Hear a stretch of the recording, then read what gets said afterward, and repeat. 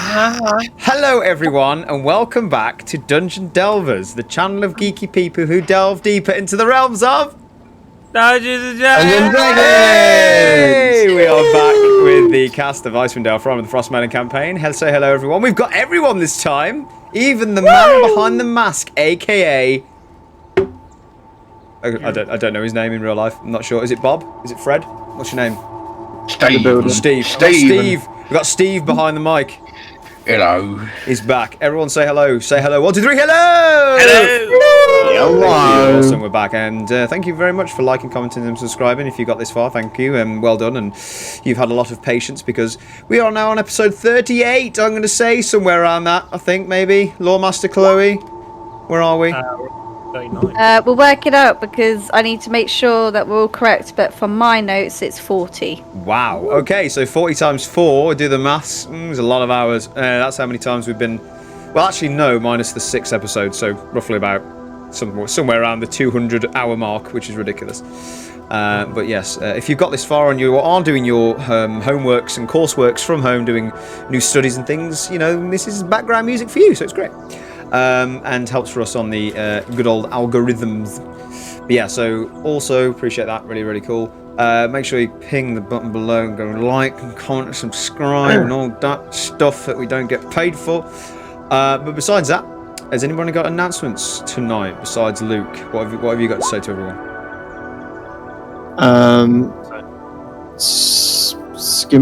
Anyway, so let's just go back to the recap from last time. So. Putting Luke on the spot, it's fun times. Quick little recap from last time, just swooping back into our main story of the Icewind Dale campaign, which we are now quite far in, and have only had 1 casualty so far. So,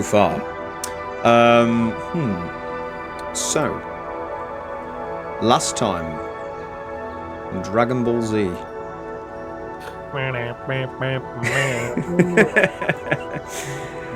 As the new dawn had a sheepish encounter with the Archmage Valin Harpel, and are now reconvening, gathering supplies around Bryn Shander, grabbing what items they need for the long journey ahead. Shopping episode. After becoming more familiar with the town and seeing guards that have left and the lack of security now, the New Look had reopened from Markham's investigation. The party venture their way into seeing a familiar face in aid of some long-earned reward, learning more about the dark reality of Targos, that the dark warriors from the unknown source are slowly destroying towns one by one. Meanwhile, Targo ventures back to promises made by Starduck with his family to save his son, some tensions about a vial received from Valin. But as some time passed, the blue Vicarous veins recessed slowly, bringing a very sick young dwarf, Torvik, to a stable state, but not for long or how long, he's unsure. Then shortly after, awaiting his friends who aren't coming back because they're too busy with Miss Shane's house, plotting their next steps, nonetheless, still enjoy a few black ales from Scram Shacks. Targo with a hazed mind is rescued by Jackal, eventually. Before Targo comes back too intoxicated, not from his night out, where it's back to business in Devessa Shane's abode, where we last left off our party, one by one, doing different bits to prepare for the next step of this adventure. And I would say learning more about Devessa Shane's house itself, but also, in some cases, educating, but in some cases, preparing mentally, arcana-ly, if that's a word, and physically. I mean, it's Dungeons and Dragons, I can make it what the fuck I want. Yeah. No one's made an adjective for arcanes. So, we bring it back into I'm going to say the day after. On the night. We've had a long rest. The whole party can now add a long rest onto their sheets if they wish. If you do want to do anything in the interim between the morning, please let me know. Yeah, I was when we left off. I was making smoke bombs. You was, and Sentry was also setting up by the fire and one of the hearths. I believe you two were together. in a similar instance. I was reading the book to Miss Shane. You was, yes. So, Unless you want to do anything in particular between making things in the morning, let me know. I want to get my ring back. I'll crafted my mastercraft arrow, and then create a net as well during the long rest because I don't need another long rest. So I'll just work throughout the night to spend 7.5 hours to do that as well. Okay. That's right. So what have you created in the 7.5 hours? So It is master. Well, let me roll to see if it is mastercraft. So when we got to Professor Shane's, I'd started yes. asking if I could use her. From that point, I was beginning to make the mastercraft crossbow bolts for my light crossbow, and then once that's done and everyone else has probably gone to sleep, essentially would stay up, continue working on the hearth, and create my mastercraft net, which is another 7.5 hours after that then. Okay. So whatever you've crafted, do make sure you put into your inventory. Make sure you've got it there and listed. Bang, success. Smoke. 4 smoke bombs. Woo, and another success. Amazing. So make sure whatever you've crafted, and obviously do the correct rolls for that. Make sure that you add it into your inventory. Make sure you add weight as well. Weight is important throughout this campaign. So if you haven't already, make sure. If I would have had time last night, by the way, I would have done my Vault of Amber and activated it. Okay.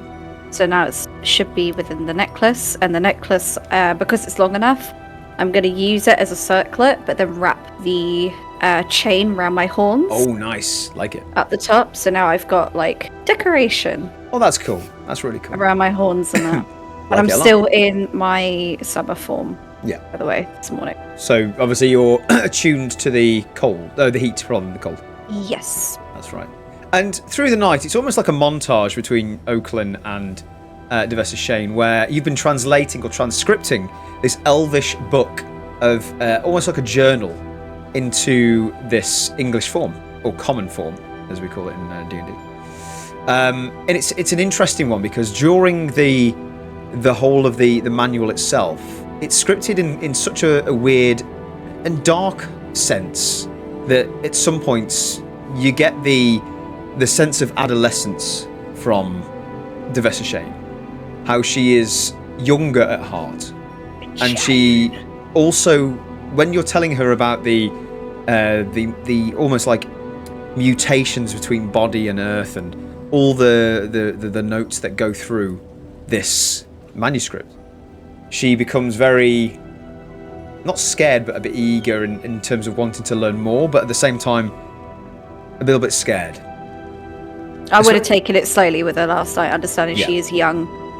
And you get towards the end of the manuscript, and it finishes off with the scribbles, kind of like almost unreadable, and then into depictions of things. And she kind of grabs the book very slowly and just kind of looks at you, and just kind of looks at you straight in the eyes, I'd say, and just a bit of openness comes towards her, and she kind of like goes, "Do you think those things are true, or I mean, what do you think that means?" Well, I don't know, unfortunately. I can't read these last little bits, but I think it is very much an apparent thing, because we saw one of these shadow, I don't know what you would even call them, I don't think they have a name, but these shadow people that are taking over Targos and attacking other cities. We were able to unmask one a long time ago, and it wasn't human, it wasn't elven, it was a mutated creation, which is when I found this book. Something started to link up, but it wasn't with the owner. It was just in the middle of nowhere. Kind of eyes widen up a little bit, and she kind of thinks for a hot second, and kind of looks back in her mind almost as she's thinking, and kind of looks back towards you and goes, "Do you think there is a way we can stop this? Is there any way we can have proof of these existence? Or do you think that it's just, we've got to kill them the old-fashioned way? I'm not sure." I think for now it'll have to be the old-fashioned way, but I am trying everything I possibly can to ensure there is a better way, a proper way to undo this. Because they could have been innocent people. Majority of the time they are. I have a few ideas, but I don't dabble in this sort of trickery. So it's going to take some time. But for now, we'll have to get our hands dirty. She kind of like looks at you and kind of nods in almost a way of like worry, but at the same time she's kind of listening to you at the same time. She's trying to connect with you on a deeper level. And you two are currently sat at the end of this really incredible 4-poster bed. Beautiful sheets, lots of like, again, paintings and just memorials on the walls. This is a very nicely laid out room. From trinkets and things you would have assumed she's gathered from gifts and whatever. And you two are sitting on the end of the bed. She closes the book and just places a hand on it and just looks at you and goes, I suppose you're going in the morning to investigate these, right? Or are you going elsewhere? Well, it's there's a lot going on at the moment, but it is a big part. What we're doing is an investigation, and it has a huge part going on. Hopefully we'll get some answers. Because if you don't do it, I don't know who will, and I don't think Markham's up to the challenge of something of this scale before. He's very good at detaining simple folk, people that don't really matter. When it comes to the matters of the arcane and deities beyond what we know, I'm sure I'd be better off here, and he would too. We will do everything we can, and it's going to be a troublesome time. I'm not going to lie to you. I think you're more aware of the challenges we are about to face. But the only advice I can give is that just try and be safe. These creatures, I don't know where they're from. I don't know how they were made. I don't know their origins. But what we do know so far is that they are quick and fast, and they do hunt in the shadows. And I believe they do use some arcane forces to make the landscape difficult to see. So just be careful. Kind of looks at you more intensely and just kind of looks away and looks around and goes, do you know any other information about this? You're not withholding any information. This is just all you know, right? At the moment, but I do wish to know more. All right. And hopefully we might be able to find some answers, but unfortunately here, other than this book I found, there isn't really much, unless we're able to, I don't know, capture one of these specimens. I think that would be the only way to understand them, but that would be extremely dangerous and extremely difficult, as they come just like wolves, really. They come in packs. Well, you killed one, didn't you? I mean, you must have survived them. Can you not bring the bodies this way? Unfortunately, majority of the ones we have killed have been completely deceased, point of ashes. We haven't been able to actually have a full body yet. But with this new spell I have, and I tap on the amber, if we do find a body, I'll be able to carry it without even using my strength. So if we do find one and we manage to capture one, even if it's not alive, we'll ensure to bring it back and we'll study it together. And hopefully you might have some people here who have, I don't know, better in the medical stances than I am.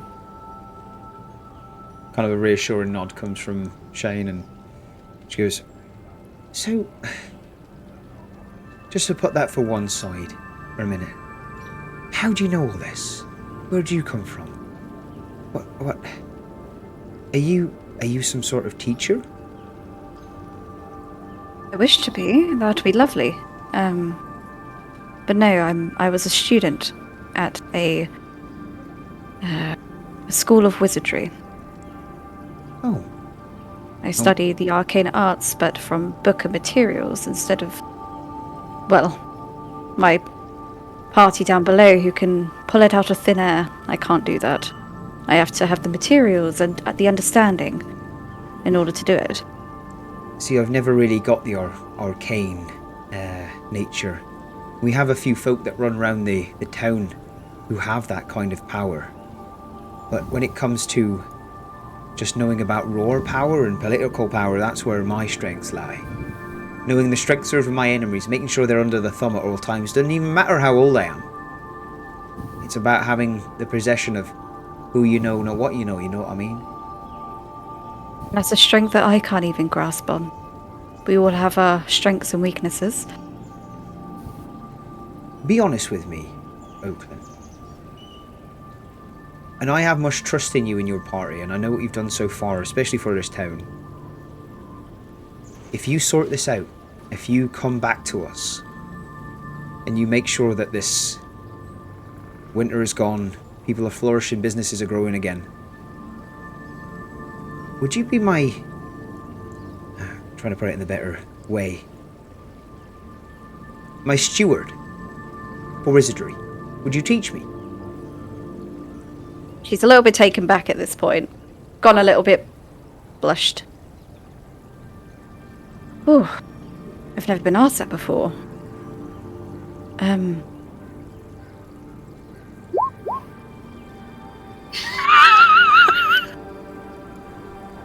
Why do you do this? I will get there one day. I mean, of course, yes. Hopefully before that, I do have some business to attend to. Way down south. But yes, I can give you a trick or two. Maybe you might be able to learn how to get my little friend, and Apollo will come over. Is Apollo still shoulder. in owl form? At the moment? Still an owl, yeah. Yeah. I've not changed him. So Defesh Shane will just look at you just very inquisitively going, it's incredible. Does that actually exist? Is it here, or is that something? Yes, you can. It's a fey creature, but it is materialized, so feel free to give him a Goes out shot. and goes to nuzzle the nose of this owl and tries to feel it and goes, oh, feels real. Yes, but is actually from the Fey Wild, as my ancestors are. So we have a lot in common, actually. Well, I'm sure you can teach me all about that when you come back. We'll put a pin in it, and I'll give you a trick or two when I come back. That sounds delightful. Do you want a tea? I can get some tea made if you like. Oh, that would be lovely. I haven't had tea in years. Been stuck in that horrible form for God knows how long. Kind of chuckles and goes, right, I'll get Earl right on it, okay? Yeah. So as you have this conversation, and you've got a small crackling hearth at the end of the chamber. It's quite a larger chamber. It's about 15 by 10 feet, with a four-poster bed in comfy surroundings. As she kind of rings a small little bell as Earl is summoned. We go back downstairs towards Saya. Saya is currently creating these smoke bombs. I believe smoke bombs. I believe. Yes. Yeah. Just give us a kind of step-by-step action of what you're up to in terms of how you're doing this, and then make your particular rolls. I'm guessing you have to make some sort of crafting rolls, or is it just gold per piece on this? It looks like it's just gold. Just gold. Thing. Yeah, the amount of materials I needed. Amazing. So as you're crafting this, no, I think you're absolutely right, because it does say on the sheet about. I think it's gold per item. I think it's just you have enough gold to it. Because I spent it's 10 gold per thing, and I bought 4 of the materials to make the powder. So he's first making the powder, so he gets, I don't know, we'll make a smoke, but maybe some crystals. He's grinding them up, with a stone he found on the ground or something. He's just kind of smashing them. Similar to Iron Man. Dust. And then while he was there, he obviously got some capsules to put the little things, the little ignition pull that will activate it. Amazing. Yeah, that's Cool. what he's doing. And we just see this in front of the kind of dark atmosphere of Devesha Shane's downstairs entrance area, where we've got Sentry currently Iron Manning the hell out of this hearth, as well as you creating what you're creating in the distance. Targo. Actually, no, Jackal. First off, we left you basically just perusing the area and just seeing about where you're going to just make shift. In terms of Jackal, where would you start to start relaxing? Where would you go? You've got the front area with the 3 hearths, big fires with the settees and the coffee table, and where you've been before. And then you've got upstairs, you've got multiple rooms. You've got quite a long corridor and rooms splitting off with very nice wooden oak darkwood doors with these incredibly furnished chambers with different sorts of beds and materials and all sorts of things just going on within this very snazzy Airbnb, if you were. Where would Jackal be with Athena right now? I don't know exactly, but what time approximately is it? How far are we? Like night? Are we? We're getting in towards the evening at this point because we've all set up. So I would say it's getting on towards 7ish, 8 o'clock. 7ish, 8 o'clock. Yeah, we started quite early, so because I think when we left off, it was around about just gone mid-afternoon, with all this teaching and making and things like that. We're set down, hunkered down. Okay. In that case, it's not quite bedtime yet. And I think Athena would sort of have been cradled for a while by the fire and the heat, and then eventually Jackal will just sort of go over, lay next to her, give her some attention whilst he can, make sure she's fed and given some food, whilst just sort of watching everyone else do what they do, watching Saya probably put together these smoke bombs and watch Sentry do his thing, just observing the whole situation at the moment and relaxing. Okay. While you're by the... Are you saying by one of the fires? Just relaxing with Athena? Yeah, by one of the fires, yeah. While you're with Athena, just kind of taking in this moment, while everything's going on around you, you can hear the sounds of construction and just making and crafting and just talking, general noise, general background noise of this. You just take stock of where you are and where you're at and how much you've fought so far as you've got here. It's a great time for a bit of reflection. And you just think to yourself and your mind just relaxes and you just kind of sit back with Athena scratching and just remember where Athena came from. See that one night in the Blue Clam in your room as she just appeared one time. And you just kind of think back to the dream. Just make a wisdom saving throw for me. Ooh. Booga booga. That is an 11. 11. So in 11, you kind of look into the fire, and as you do, you kind of gaze into the crackling of this wood, and just you can see the embers of the ends of this timber just becoming quite low now, as you would assume that someone needs to replenish this, possibly Earl, and you're just looking around to see if anyone's attending this. And you get up, and Athena's currently eyes closed, very comfortable position as she normally does with resting. And as you are taking a second, just a hot second, you just take a second to look into Athena's eyes. As she opens them quite slowly, kind of looking straight at you. And as you are looking at her, in the pupil of Athena, and in deep in her eyes, you just see just the blue and the incredible colours that are coming through. Now, it becomes different because with the crackling of the fire, you see a shift and change within the shapes. And it's almost you take a second, and from the crackling and the reflection of the lights in their eyes, you just see a very small silhouette of a humanoid. And inside this humanoid figure, you look deeper into her eyes as Athena is in this kind of moment of just staring at her, and it's almost like an act of affection between owner and beast, but you just get this connection. You just look straight and deeper into her eyes. And without any hesitation, you see in the reflection within a pupil a figure with looking like long, beautiful blonde hair. These piercing blue eyes, again, more detail. It's almost like a mirror, like a reflection, like some sort of trick. But you look closer and closer. And as you do, you see a silhouette of a woman reaching her hand out, almost as a gesture of... It could be seen as take the hand, or possibly for help. Something along the lines of hand out for reach or for grasp. And it hits you without instant. It is a reflection of your mother. as she stares back at you, just in this moment, just in this almost like hologram for this second. And then the crackling of the hearth and the noise comes back in and everything comes back to you. And then you look at Athena again for a second time and you think a deeper meaning is possibly on the verge of something. Ooh. Shit, okay.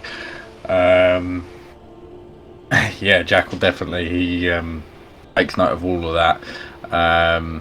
And he's gonna, once he manages to sort of compose himself, put himself together after what he's just seen, he's just going to have a quick look around the room, see if anyone's actually noticed maybe Jackal being a slight sense of distraught for or what's the word, like he couldn't believe what he's just seen. Surprise, shock look, Disdain, something like that, like a... Yeah. Make a perception check.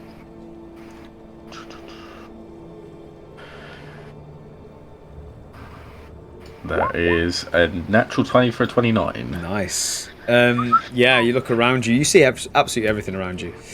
In terms, obviously, of the fire, all the furniture, everything going on in this small room. And behind you, about 10 feet away, you hear and you see a shuffling old gentleman with a basket full of timber. As they take a hot second just to look at you very, very closely, and you see almost a look of recognition from Earl's face to what your reaction is. And you see a slight bit of remorse come from him, as he's got an old kind of greyish sunken face with skin kind of, you know, the old crinkles of the skin. You kind of see right through the kind of calluses in his eyes, if you were.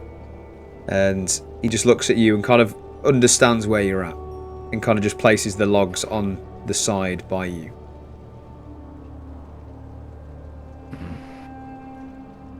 He's next to me at the moment then, is he? Yes, he's literally right next to you.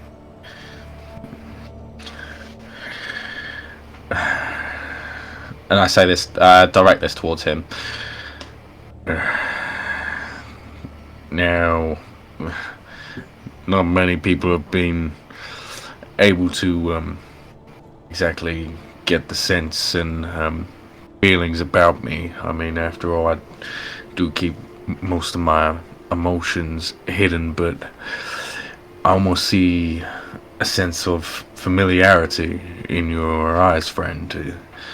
Is there anything you'd like to talk about? Master Jackal, is it? That is correct. Well, I've definitely been where you are right now, at some point. And I can see almost the hesitation in your face. What was her name?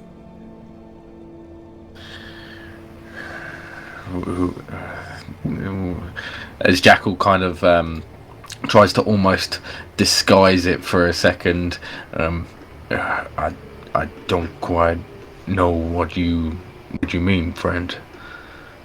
Well, I know loss when I see it, Master Jackal. And I know you've been through some experiences, and in my day, and my experiences are exactly the same. Nothing has changed. So tell me again, what was her name? Well, she, as Jackal composed himself for a second. Yep. She was my mother, and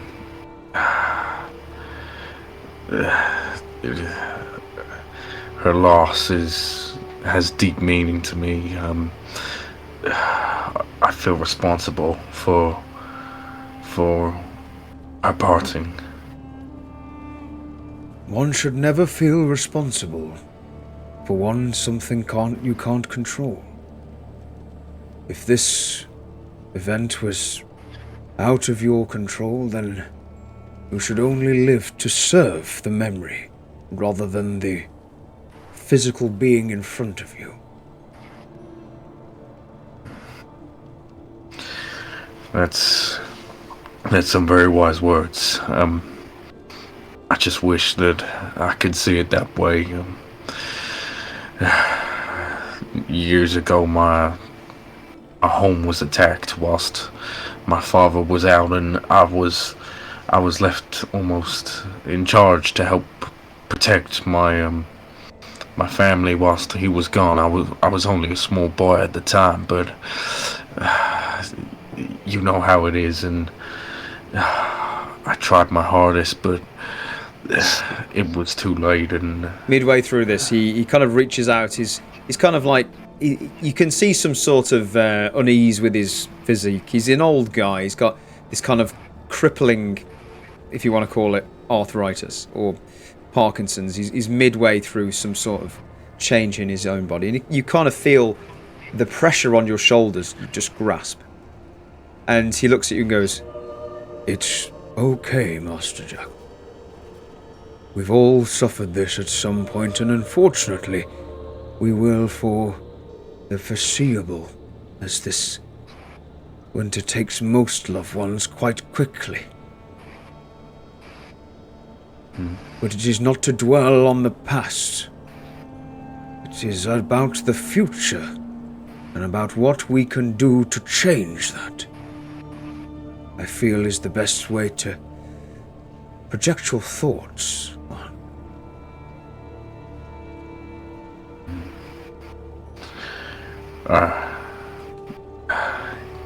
You're right.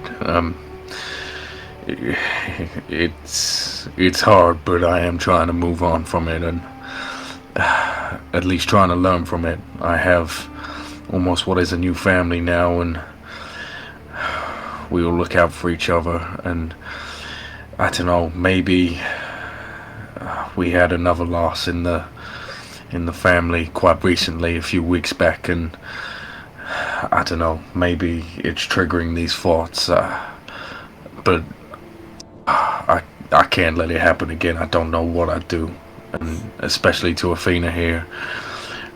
I almost feel like part of my mother and my family live inside her is the last bit that I have left of them. And all these guys here, they've looked out and they've helped me and they've guided me, and God knows what I'd do without them.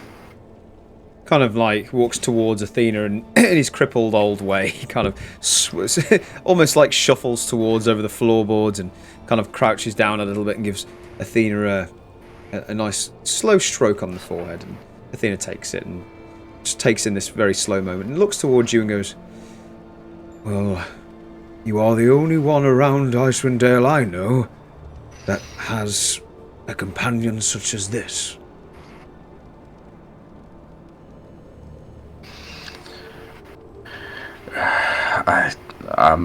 I see myself as very lucky. I don't know what kind of magic or sorcery there is behind it, but I ain't gonna complain. I'm very lucky to have her, as I'll give almost some very nice, relaxed, reassuring eyes towards Athena. Yep. She kind of takes him, looks towards you. Athena at the moment is almost acting in like animal instinct. She's very just kind of observant and looking around, and taking it all in. And you just see Earl kind of just give another scratch and kind of stand back up again. And as he's walking away, and he looks back at you and goes, "Master Jackal, do not fear what you cannot see. I know the sound of someone who has promise in this future, and I see this in Miss Shane every day. And I also see it in you. Be true to who you are. And I suppose that's the best advice I can give." Your words bring wisdom and warmth to me, Earl. I thank you greatly for this. A very good night to you, Master. I shall see you in the morning. Jackal will give a slow but humbling nod towards Earl. and turns around again and goes, Oh, and my best wishes to the princess as well. and looks towards Athena, gives a slight smile. Yeah, Jackal will almost wrap his hand around Athena and go back to sort of relaxing next to her on the floor, almost reminding him of this very special bond that he does have with her. Absolutely. And as you just sit in this kind of bond that you both have, and you can see that the logs are, as you've been placing them on, are becoming brighter in flame and a lot warmer now, is where it was dying down once. And you just get this nice moment as you see Earl shuffle away out the door once he came. Finally, Targo, where do we find you? Probably lay on a sofa, one of the sofas, with my big Eskimo coat over me, feeling sorry for myself because I had quite a bit to drink. I would say that your head is feeling pretty rough at this point. Yeah, and after I've been able to hear the conversation that Jackal's just had. Just remind me which room you were in, Jackal, at this point. I think it was because you got Sentry and Say downstairs. There are plenty of other rooms with other fires. Would you have found a private room, or would you have had this in the room with everyone else? Yeah, I mean, would there be a private room, but either with like a door or maybe a bit of a gap where it's not fully walled and sealed round, just where I can sort of see out to see like the occasional like sentry passing or say going to grab materials, you know, just so that I have my peacefulness. But yeah, the room adjacent to the main room. So the room, if you carry on to the left and when you walk in, it's a kind of an open area, and it is the same, but it's just a smaller area with one fire instead of three. So I'd assume you'd be there. Cool. So I would say, Targo, yeah, you would have possibly heard this. You are quite close vicinity if you are downstairs, yeah. Yep, so just sort of after hearing that and Jackal saying how much he cares about everybody in the group, and even though I've not even been in the group a full day yet, I don't think, or possibly a little over a day, there's just a bit of warmth in my heart and in my stomach, as Jackal is the one that came back to the pub to find me after everybody else decided to forget about me.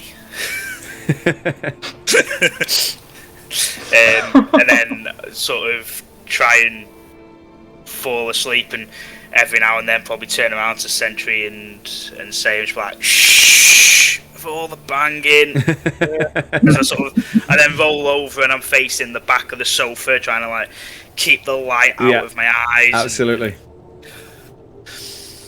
And yeah. Okay. But what you normally do when you've come home a night out. Yeah. So you just see Targo feeling sorry for himself. And Sentry, you see this, and you're kind of obviously hammering away, doing your thing and making these different objects. Are you doing anything as Targo's there, or are you just observing? Just the usual. Whilst I'm making my I'll have finished with my arrows, bolts. So I'll have ended up creating the metallic net. And I'll continue to, occasionally look around, take notice, and like Cedric usually does, if the cover has fallen off of Targo or anyone else whilst they're sleeping, then he'll go and put it back over. Yeah, absolutely. Tuck him back in, and then go back to his work. Brilliant. Say you see all this as well while this is happening. Yeah, absolutely. And you've all taken this kind of very comfortable night, more comfortable than you've had in a very long time, emotionally and physically. I would say more comfortable in yourselves as well as the place. As the night slowly becomes longer and the morning obviously comes to a start, or the day of Icewind Dale begins, and you see the dusk start to rise out of some of the creaked windows through Duvessa Shane's abode. You see the light slowly coming and noise start to emulate from outside, and as you all wake in different beds and various places, some on the sofa, some not sleeping at all, some in the nicer chambers, and some sharing tea just after sharing tea in certain rooms, you come awake once more. The new dawn, the house is up to you. What would you like to do? We leave. I Targos can't down from squinting his eyes as the light sort of breaks through some of the windows, and he's like, Yeah. Good news is, Targo, it's dusk, not daylight. As in Icewind Dale, there never is bright daylight, but it's still enough to annoy you after you've been for a night out. Yeah, idiot. God, obviously. But it's fine. I'll come down from upstairs with the book. I assume either Devesh was with me or without. I'll come down anyway. So you would have woken up in the comfortable bed that she placed you by, because this wasn't her chambers. This was another bedroom, and you see on almost a chaise lounge, whatever you want to call them. I can't pronounce it, so don't even try. What? You see the French chairs that look like a bed, but it's a chair, but it's like a bed at the same time. Yeah. It's like one of those. It's basically one of those the psychiatric psychology chairs. Right. Yeah. I didn't know that they had a name. So anyway, wakes up, and what you see beside you is a collapsed Devessashane, not made it to her bedroom as you get up. She's there collapsed and fast asleep, but she's coming around and starting to wake up. Oh, what, on the floor? No, on this comfortable bed thing. Oh, on this comfortable bed thing. Chair thingy. Oh. Still book by her, drunk tea just by the table, by the side. And you can see that she's obviously not wanting to leave, possibly from you're clever enough to figure this out, either from her being her adolescence, as the story might have scared her a little bit, or for the comfortable recognition she sees within you. Somewhere along the lines, that's what you got the idea of. I'll go over, move a bit of her hair, and go, "Good morning, Miss Shane." Kind of like shuffles around. You hear heavy breathing. Goes, oh, I must have fell asleep. Oh, I'm so sorry. Oh, don't apologise. You need your rest. Shall I request a tea for you? Oh, if you don't mind.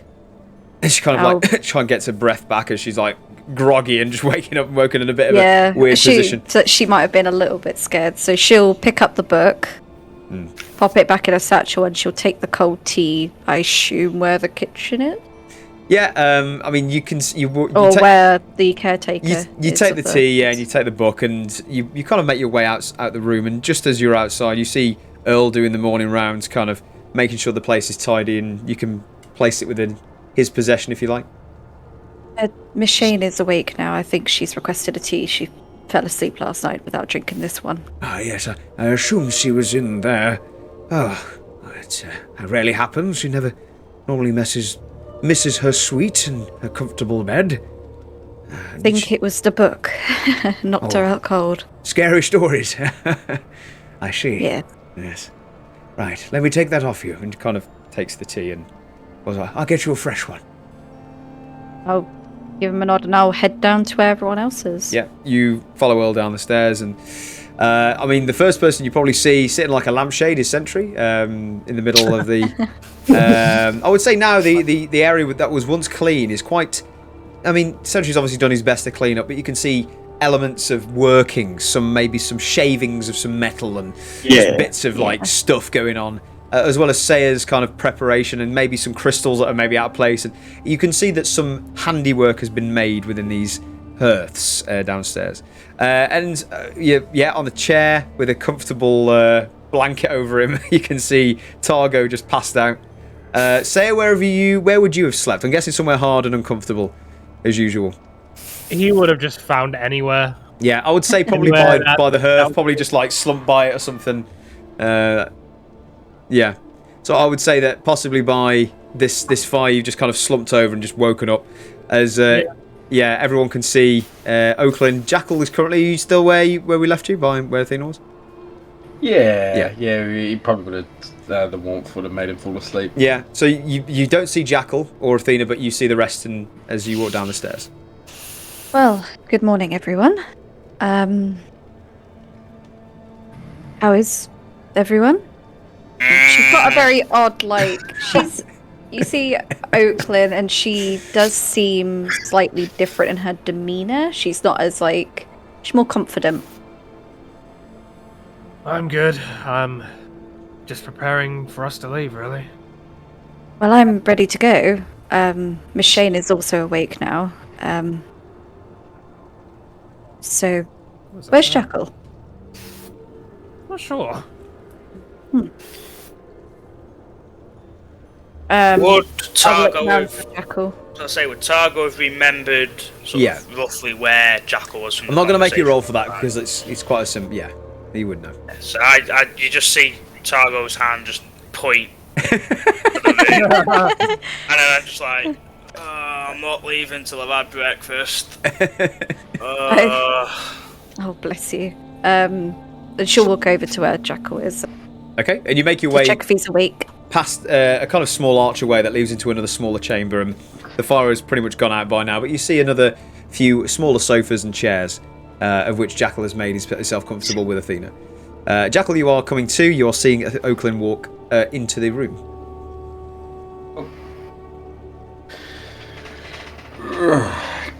Good morning, Oakland. Did you sleep all right? As you see Jackal just sort of stretching himself out, scratching Athena, as you see her probably do like a big, cute sort of cat yawn. Yeah, like that up and everything. Yeah. Oh, I actually slept wonderfully. Probably the most comfortable sleep I've had in a long time. I prefer the warmth. Yeah, I mean this whole transformation, it's a good look on you. Thank you. It won't last very long as soon as we go outside, but it was rather hot in here. Yeah, best to make yourself comfy whilst we can. Exactly. Well, I think everyone is wanting to head off soon, as she will close the door slightly, Okay. and she'll crouch down to Jackal Yeah. and whisper. Is anyone else with us, or is it just me, The Jackal, and room's Athena? yours. Yeah, there's no one else in it. Just a quick thing before we go. I'm not too concerned, but I was looking over the book last night. I believe you've seen it before, right? Have I showed Jackal before? Bless you. You've mentioned the book that you bought from the shop, but you haven't read it. Okay. I'll get it out and I'll go over it in more detail, but it might have something to do. Well, it does have something to do, but I don't know if it's linked yet with the mutations of these shadow people, because it talks about mutations, but it seems more like a journal, but I don't know who it belongs to. I went over it last night with Miss Shane, and it came to my recognition that we are leaving to hopefully find an answer to this winter and maybe find answers to whatever is going on, but I think we have to remember we are also being hunted by other things as well. I'm being hunted by my family, and Sayer's got a bounty on his head. That's me. That's me. Yeah. So I think we need to have a chat with Sayer, especially. Get more information, because I don't want to be walking out blind again. And we have another bounty hunter on our tail for either any of us now. You see sort of Jackal once again just trying to sort of make sense of this because he's just woken up. I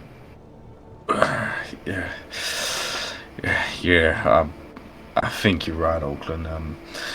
I think probably even staying here a couple of days might have made us forget about some of the threats that are potentially on some of our tails, and with Sayer in particular. I mean, like I said, I knew Darkat for quite some time, and well, if the Indec clan, if they haven't already found out about Darkat's demise, they're not exactly going to be happy about one of their members going absent. Not only with Sayer, but with the rest of us. If I'm sure they'll soon come to know that Sayer travels with us. So we are all at risk right now, essentially. Exactly. Yeah, perhaps it is best we go speak to him, if not everyone, and just make sure everyone's on their toes, essentially. Yes, and also find out exactly why everyone's being hunted in their own ways and who is hunting them. That way, hopefully we can keep an eye out, but so far we've been walking around blind, and I mean, we've been that blind we didn't even notice a archmage. So, it is something that's just come to mind last night, and I'm happy to spill mine if that makes Saya comfortable to spill his, and anyone else who wants to speak. But I'd feel more comfortable doing this instead of walking out and having another wonderful surprise with an archmage walking with us. Yeah, I agree. I mean, it's going to be best not to force anything, with the sense that we are now going to be traveling for some time, and we don't want any tensions before we even leave the city. But yeah, maybe just a friendly, if you know you want to tell us what's going on, we'll listen kind of thing. But yeah, Well, she'll clap her hands. Let's get up and she'll give Athena a good scratch on the head. And she'll get up. I help Jackal up if he needs it. If not, she'll walk out and greet the party. As you get with up, a big smile on her face. As you get up from this small interaction, you just see a very small, I say small, kind of like what we would describe probably best as a giant house spider, kind of coming down from its web. Just as you're saying your goodbyes, it just kind of like as it kind of just like makes its way down, and it kind of like during this conversation, just literally in front of you, and you see it quite clearly, and it's making itself obvious. It just kind of like makes its way down past you, and then goes on the floor, and you all just look at it for a very small second, and it's like, that's strange, and then as it's kind of like, as soon as it hits the floor, you see the kind of abdomen kind of twitch, and kind of the arms kind of flicker out, and kind of it grow in 3 times the size, 4 times the size, and you just see an ethereal smoke, almost kind of this essence just covers around it, and as soon as you could blink again, you just see in front of you a familiar drow elf. Hey, he's back. They're back. Even. And you just see. I wanted to step on the spider. That's why I didn't give you a chance to talk. I was going to say smash. As they appear, rightly so, and non-elegant, and quite. You think to yourself, especially you, Jackal, you think to yourself, if you can sneak around this easy, this must have been a very particular bounty hunter, as he can get into many awesome small places very quickly. So you think to yourself that they're very talented. And it is Lex, your good friend. And you just see in front of you just appearing, and kind of a thing goes, and kind of very confused in this moment. But at the same time, kind of Lex looks towards you guys and goes, "We've got a problem. We need to leave immediately." Could you advise first? Well, we were planning on leaving anyway. I mean, the other guys are there. through the other door, and she'll open the door. Should we all speak together? We can speak together, but it is one of those things. Well, we are about to leave. We're just going to grab a bite to eat, but we can do that on the way. And where are you going, exactly? I'll just look at Jackal. Lex, if you have news back from this intel gathering mission, then perhaps it is best that we get the party all together and you address us all. Okay. Let us convene in a convenient spot. Let's go. And they swing open the door. They see everyone now turns around because they've made this much noise. Targo, you've seen him before. I can't think if you have. I'm just trying to think if you've came across them. You have. Yeah, I have. Once. Because it's when I made the bow to Jackal. So you see someone familiar. The rest of you see Lex just standing at the door with Oakland and kind of Jackal behind. Lex storms through the door and goes, "We need to convene now. Let's talk." Did you say he slammed the door open? Yeah, because it was shut once. Obviously, Oakland shut the door, so he slammed the door the other way open. As it makes the bang, I'm just like, shh. Yeah. They kind of look very, very concerned over to you, like they're trying to make a point, and you're just like telling them, it's like, The rest My of you, head hurts. we need to convene right now. We need to decide the next moves. I have got some information to tell you. What info are you thinking? So, my mission has taken me across some of the towns in 10 towns. As you're aware, they're under skirmish and siege by forces unknown. The town you've called Targos, was once a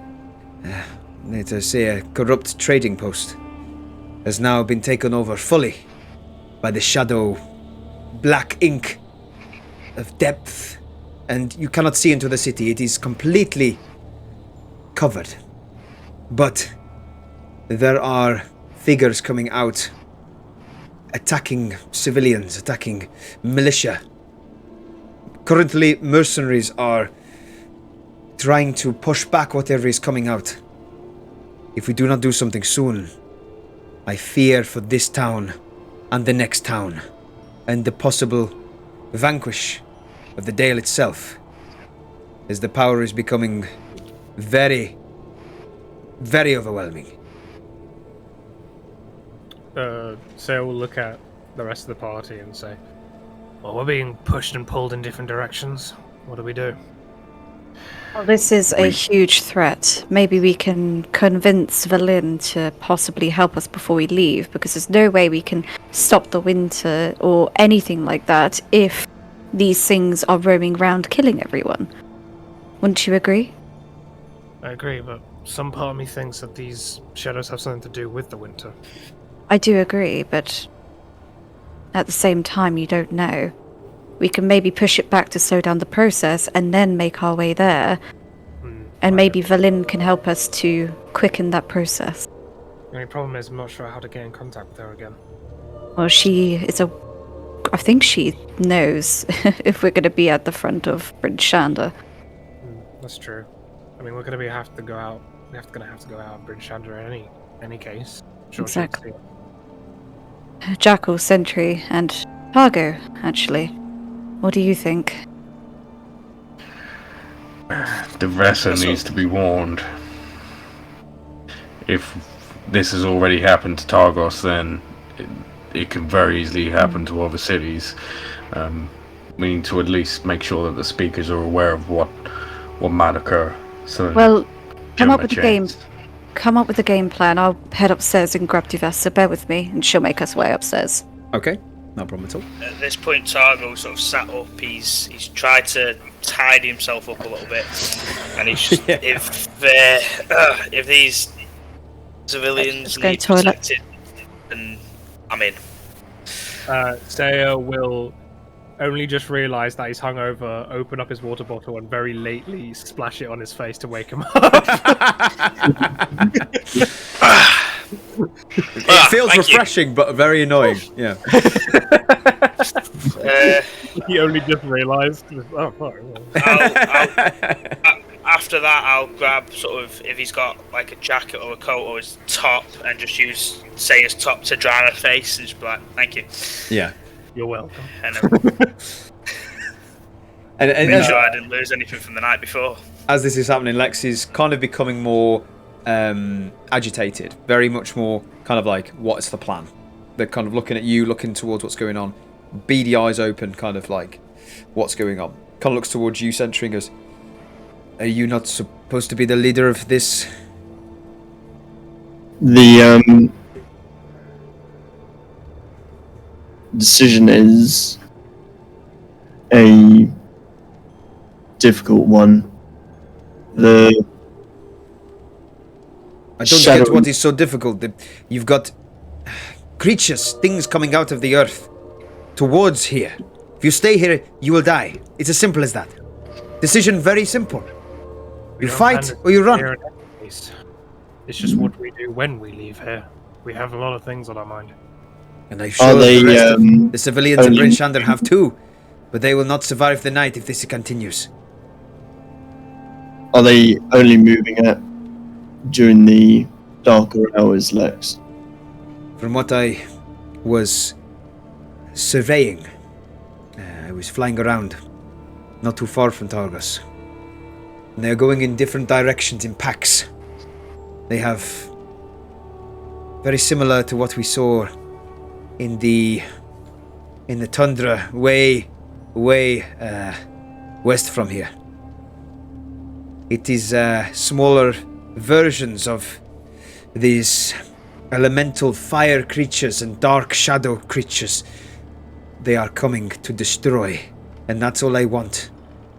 Do you know how long it may be before they get here? Judging by what I've seen, probably less than a day. Okay, well that changes a lot of things. I feel like, in my opinion then, I agree with Folk, what she said. We can push these things back and then focus on stopping the winter, because I don't want this town to fall. If the civilians here need protecting, then I'm all in. I agree. We need to prioritize what does come first, and if these shadow people do end up controlling city after city in 10 towns, then stopping this winter is only going to be made all the more difficult. So, as much as we're all fed up with this icy cold, I think we need to set our priorities straight and see what we can do about establishing a front against these ink shadow things. I feel like we can go a couple more days of the winter. I mean, we're all pretty much prepared for a fight. I don't see why we shouldn't. Whoop. Oh, I don't want to interrupt. I was just saying when he was saying about how far away they were, am I to insight check that, Fraser? Okay, yeah, make an insight check. I get advantage because of my rune. Good thing I do. 17. 17. What would you want to check exactly? How far away they were, and whereas their mannerisms in general. Okay. Toward the threat coming. So they are very stressed in terms of their body language. They are very erratic, trying to address the person in charge, the person with the most decision making. Yeah, so they went straight to you. In terms of them telling the truth about the distance, they were basically saying that they were probably halfway between Targos and Bryn Shander. So if I bring up the map and put you guys back on, I'll put you on so you know. Oh man. Well, goddamn. Baby, baby, baby, baby, baby, baby. Oh man. And you know the distance between Targos. I mean, the distance between Targos and Bryn Shander isn't that far. It's a few hours. So what they were trying to tell you is that possibly they've made moves quicker than they thought. The distance between Targos and Tourmaline It's 4 hours. Yeah. 4 hours, yeah. Depends on the weather, bear in mind. Yeah, and they're travelling, but yeah. I think Bryn Shander from Targos was at least like 2-3 hours, I think, depending on weather. Last time I said it was just over an hour, I think. Oh, okay. Yeah. Cool. And that's walking in normal conditions. When it's stormy and things are going on, then it possibly takes a little bit longer. They're sending groups out to every town, also to Bryn Shander. Bryn Shander's the main town city. Yeah, it's a central attack. Would choose Bryn Shander over Tourmaline then. Let me just pop you on this one, Sentry, so you know personally.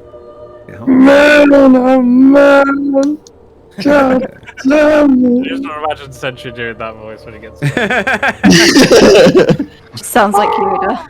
Right. There you go. You should be on. Yeah. Let me put a little blob, little circle. Can't see the map, by the way. Yeah, only Sentry's on this so far. Oh, right. Okay, that's fine. So let's do it in the colour that we haven't done. Baby. So they are. Can you see a little dot? Yeah. They're about there. Boy. Man, is that going to be good everywhere? Yep, the central attack have chosen the Bryn Shander. The looking at everybody as well.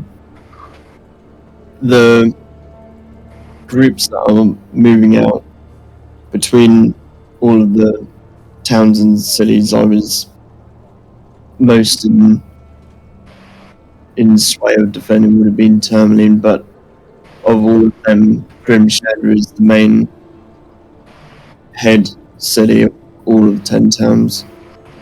The only one really choice to defend. I don't know whether or not the mission getting rid of this winter as a whole would cause these shadow folk to also have ill omens from that, but to get rid of the winter and there be no cities left wouldn't be much to save.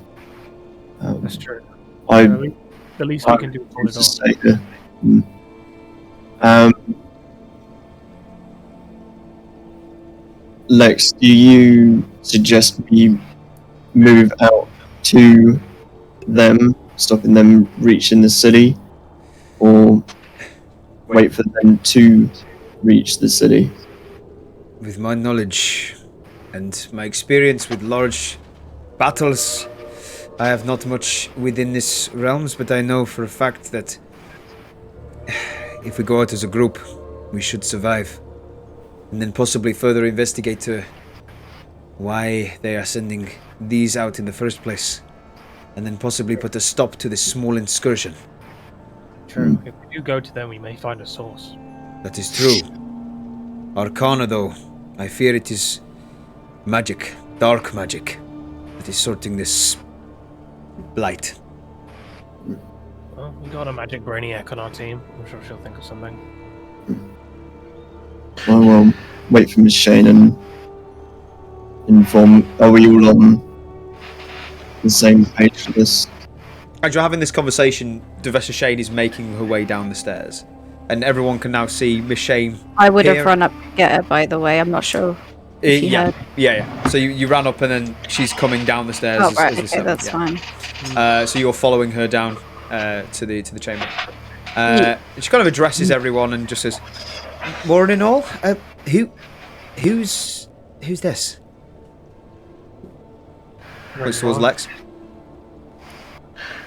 Miss Shane, allow me to please introduce Lex. Lex is someone who we met out in the field who has some close connections to my way. He's there's someone you can trust. Oh, right. Okay. As long as we're doing things together and they're not going to hurt me, they're with you, right? They are indeed. Okay. Would you like some tea, Lex? Lex kind of looks back at Miss Shane and kind of very tilted head, kind of confused at this whole situation. Lex kind of looks and goes, "Not at this time, no. We are in a matter of crisis." And Miss Shane looks towards Lex and goes, I know. I'm guessing you're talking about what I already know about. Do you advise we do something? Like now? and Lex kind of looks and goes, "They are imminent, and they are going to come very soon. We don't do something soon, this town will probably be lost." And you see Miss Shane kind of look back and go, "Right then, we better call everyone we've got to arms. Get the militia back to where they need to be on their post. Mr. Markham, we need to get him sorted on the gates, and we need to get the fences sorted and everyone back in their houses." And you can see now, instantly, Miss Shane has become from this scared child to a almost leader figure within a matter of seconds. And you can see these actions that she's taken and kind of like pointing directions. You see one of the servants kind of come down the stairs. This is an earl, this is a much younger halfling. You kind of see Miss Shane whisper into their ear, and they run off outside and put their cloaks on and dart off. And Miss Shane addresses all of you on the stairs and goes, "Right, if we're going to defend against this, there's two things we can do. You can stay here and defend, or we can go on the offensive. What are we doing?" We were discussing actually going to them. I suggest we may find a source. I think Lex. That sounds like a plan, but we need to know what we're looking for. And from the conversation last night with Oaklin, I'm not sure what it is. Well, I'd suggest that we go to meet them. Right. You sort out your positions and supplies and take whatever you need.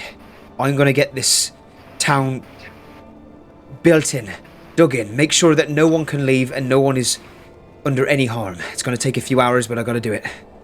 So, if you don't mind me, I've got to take my leave. And she runs straight back upstairs. You can hear, like, scrambling and shuffling and gathering things. And in moments later, she runs back down the stairs, cloak on. You can see her walking out the door. As soon as she walks out the door, you can see moving in 2 militia, greeting her at the door. She turns around. Most of you, is anybody doing anything at this time? Nope. No? I really wanted that tea. Really? This is all happening within like a minute or so. Jumping in, you can see her leaving out, opens the doors, you see the militia kind of take her and escort, and she turns around and looks towards you and goes, "Keep my town safe, please. Do whatever you can." And you can just see her pretty much quick walk, if not a close jog, away from the abode as the doors slam shut. You guys have Miss Shane's house to yourself. I look around and say, well, if they're building up a fort so no one can leave, we should probably leave as soon as possible. I agree. Oh, this is all so quick. I think whilst we have time on our hands, Lex, I know you've only just got back, but I think you're probably going to be the fastest out of all of us with the abilities you possess and what you can turn into if you're able to. What do you need me to do? Anything. If we can make you work as a scout for now and to try and get an update on where their position might be from where you've come back and returned to us, it will give us an advantage on the offensive of being able to go straight towards them. Okay. I will report back to you within maybe the next hour or so. Be quick and be safe, Lex. We're going to need every man we can get for this fight. Gives you a very, like, almost assertive shunting nod, places one hand on your shoulder, looks at you in the eye and go, "May the Pathfinder find your way," and kind of looks away from you, walks straight towards the door where Miss Shane was, runs out and goes, "I shall see you soon," and kind of goes out the door, opens a double door, and you see just the shifting and changing and cracking again of almost bones, but also it sounds very arcana. You see the mystical, this kind of effect take over their body as you just see a majestic eagle just kind of like fly out, and you just see away from the building. Luke. Shut the fuck. Is anybody doing as this is happening? Well, shall we get heading off then? We might as well head to the front of the gate, see if Villin is there. If not, we will speak out loudly to Villin and let her know we are making our way to wherever, and then find our destination from there. But can anyone here read Elven? I can. I can. Okay, so Saya, Targo. Elven lady can't read Elven. I can read Elven. I'm asking if anyone else can read Elven. Just I checking. have spoken in Elven. Hello, I speak Elven. Jackal? Jackal can't. Jackal. Okay, so 2 of you. That's fine. Right, shall we head out to the gate? We'll go through the marketplace. To get there, I'll need to pick up some herbs along the way and also meet the contact there. Okay. And then I'll be ready. While this is happening, you just see a door open from the far side from where you were, Jackal, just kind of creak open. And on a small little platter you see Earl presenting just a tray full of meats and fruits and all the kind of things that you would need to supply yourself for the day, and kind of looks around at you all and goes, I can guess everybody's in a rush. Food is served. Earl MVP. Yeah, I'd say everyone takes a bit then, don't they? I'll take some of them. Yeah, you can take whatever you like. There are dried meats, cooked meats, cheeses, grapes, fruits, all sorts of... It is a banquet of small trays. I don't need any food or water. I just need Earl's lovely time.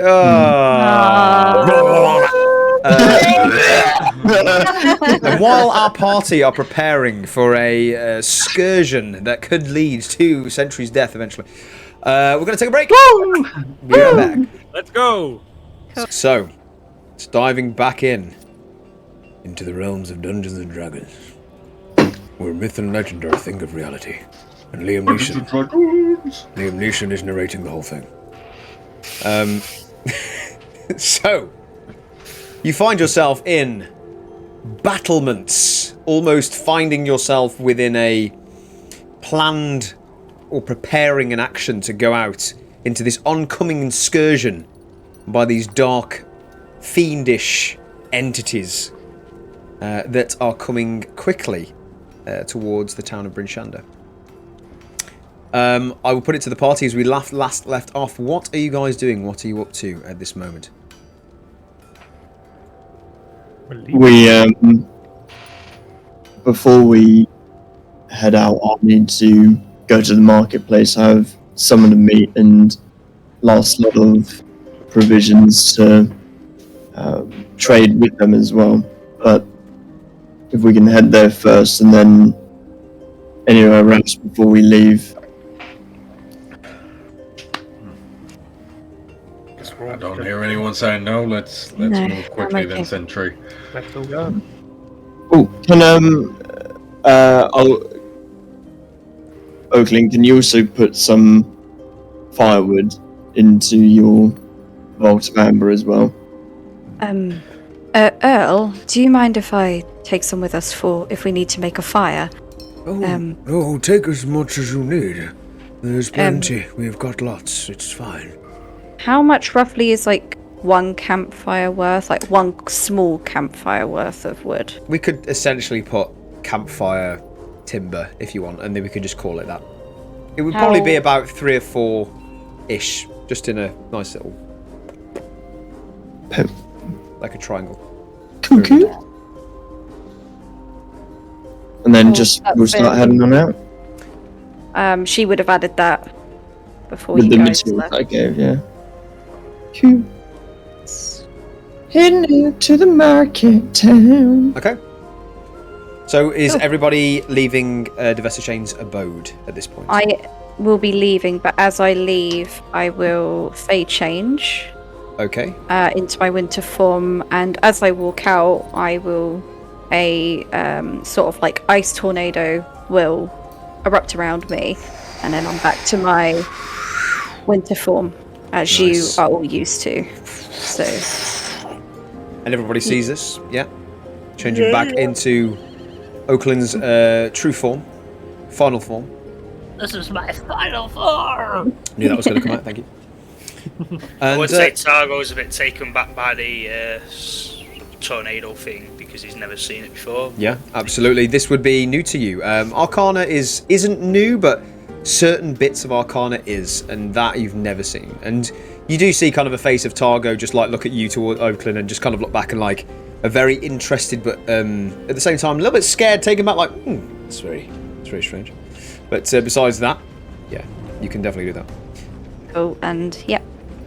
So you all start to leave the abode of Devessa Shane's into the bustling streets, still now built up marketplace of the new morning of Icewind Dale. But before you leave, Jackal, you're the last one out.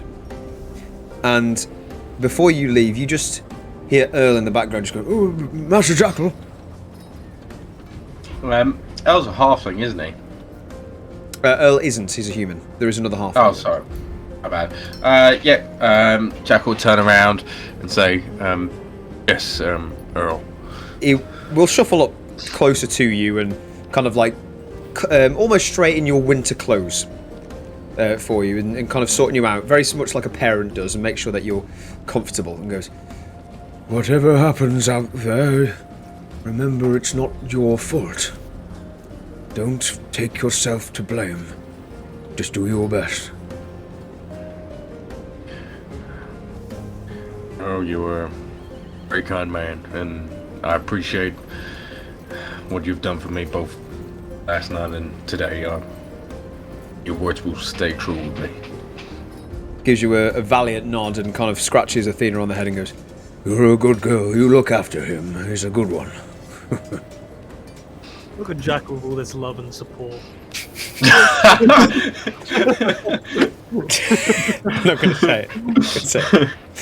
But you see Earl turn around towards the hearths and start making sure the fires are up and active again. As you close the door, you see the militia from what is left around the perimeter just kind of look towards you and give you a kind of eye as they're doing their morning routine.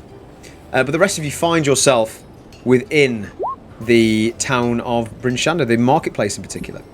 Are you all going straight over towards... where are you going towards, Sentry? Sorry? You said you're leading this expedition? The young lady that I'd spoken to the day prior, we'd arranged that we would meet in the marketplace in the morning. And so I'm looking out for her and taking us back towards the area where her stall was prior. Yeah, absolutely. And you can make your way into the... It's almost the guts of this marketplace. The outside is quite busy, but as you go in, it's kind of straddled people and just all sorts of different kind of individuals doing whatever they need to do with their business. And in no time at all, you find a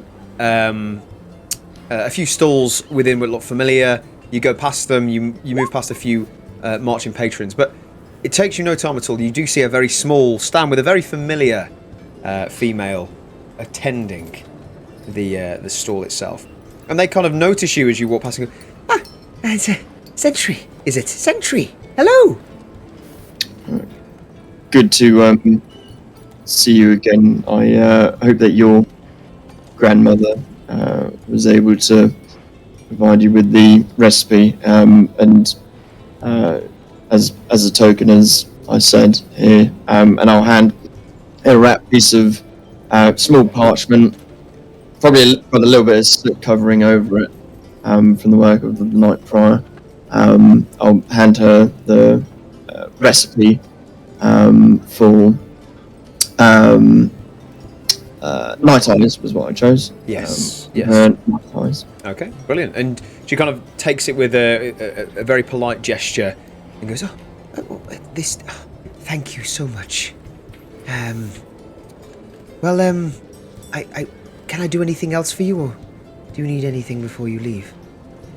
I was hoping to collect some materials for my brain for woundbind poultice and my contact poison, and also if your grandmother was able to, I don't know if she had another recipe for me to possibly learn. She at the moment she does, but I have everything you need here. I made sure that before we met this morning, I made sure that you were fully, what's the word? Prepared, yes. But we can share notes when you return again, as I'm not prepared this time. Okay. Alright. Cool. I will her choice. 20 gold piece worth of contact poison from her. Yep, you can do that. And 20 gold piece worth of woundbind poultice from her. Absolutely. I'll take. She wraps them up in a small leather pouch and kind of gives you all the elements. Just make sure you're safe out there. I've heard some terrible things that are going on outside.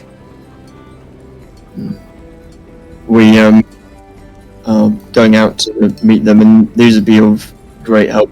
And sorry, just to check, Fraser. So she said when we then get back, we'll go through and learn a new recipe, or did you say that Yeah, We're when you gonna- come back, she will have a recipe available for you. That's basically what Okay. Cool. Now I have a reason to protect this damn town. Cool. That's fine. I'll pocket the herbs and ointments and put them in the right hip pouch. Okay. With the mortar and pestle, not mortar and pestle, with the rest that are in there, and then to my inventory. Thank you again. These are all coming great at. We unfortunately we must be off, but I'll meet you again here. Okay. We And it's- return. As soon as you finish this conversation, you just hear a stillness within the air. The busyness is still going on, but the wind suddenly just dies down, but for a very brief moment, you hear a very strange bellowing of a horn that erupts through the town of Bryn Shander, which sounds very deep and almost kind of vulgar in its appearance. It is a bellowing kind of like belch of a whale, if you were. It's like this woo that goes through, and it rings 3 times woo throughout. And immediately you see the rest of the townfolk just looking around in panic as they begin to start packing their things up. The market starts closing down. You just see everyone start to scatter and to become almost entranced by this, and they start bringing their things. And you just see this the female in front of you just go, We've got to go now. This is obviously urgent. I'll nod and turn to walk. We need to go towards the stables. Did you say Targo? Yeah, that's where I've got the rest of my equipment. We should hurry then. Mm. We don't want to get blocked in. Just remember, they're not going to let anyone out. At this point, I'd say we need to start running. Yes. Let's go. Jack will mount up on Athena at this point. yeah, absolutely. That's brilliant. Let's get it. This Get it. this music is way too relaxed for Yeah. the situation. It's happening right now. Oh, I got music playing. Oh, there we go, now I do. So, as you guys are mounting and making action towards whatever atmosphere is going on around in Bryn Shander, you're heading straight towards the front entrance, is that right? Yeah, Going if to that say stay there's with another me. entrance. Yeah. Okay, cool. So you make your way towards the north look, towards the front entrance is where, that's where you all came in. And that's where towards the exit of the stable is on the opposite side of the door. It takes you no time at all. It takes you within running paces, probably a few minutes just to kind of go through. And as you're running through the town, and you see patrons just left and right just building their, almost like defences up. They're putting boards up on their house. They're boarding any windows or any exteriors, and you see smaller figures and larger figures. So you see like either kids and humans, you see kind of tieflings and elves, and just all sorts of different races just working together and just building their defences up around their properties. And as you go straight towards the North Lock, you can see it in sight, and as you can, you just start to see militia kind of directing people in and out, very similar to where like a traffic warden would, just kind of pointing and making sure that everyone is enclosed. And you see, as you run past the North Lock, you do see a familiar face, Scramshax, boarding up the rest of the North Lock as he's putting in the next few nails, as he's banging in a you just see a large wooden plank attached to some other kind of materials around as you go past him. And as you look towards his way, he kind of looks to him and goes, you going out there? You're going? I just nod. Because we're just like running. Yeah, you're literally just like this. Scramshax goes, well, good luck to you. Hopefully we'll be here when you get back. Make sure there's some black ale for you, eh? See you soon! As you start running straight towards the front entrance. As the militia look straight towards you, and kind of, you see the large bolted doors as people are scurrying through, and the last of whoever is entering the city is in, and they're closing the doors from the outside. And the left-hand side doors, as you exit, you see one of the guards and the post and the militia kind of open the door very slowly as they kind of look at you and kind of almost kind of usher you out very, very quickly, and any other patrons that are exiting at this point. as you are pushed out of the city. You do find yourself now, again, in a familiar outside of a tundra of Bryn Shander. It's been a while, but now you see the exterior of the city. You see in front of you, the day is cold, not as cold as it normally is, but it is cold nonetheless. You see outside to a vista where you do see other civilians kind of making their way into the city, and some people walking in and out, not knowing where they're going, and tradesmen kind of on the streets, kind of packing their things up. The whole city is in almost chaos at this point. And more importantly, you can start to see everything getting locked down, and here getting locked down. You can hear shouts and scurries from town folk, and you can hear scurries from the militia saying, "Make sure you lock down this bolt. Front doors are now sealed." And you get all these kind of different orders and things coming through as the whole city's gone into complete lockdown. As you enter the door and you go through the tundra, you hear the door behind you. Huge locks coming on. Now knowing there is no entrance back into the city, what do you guys do?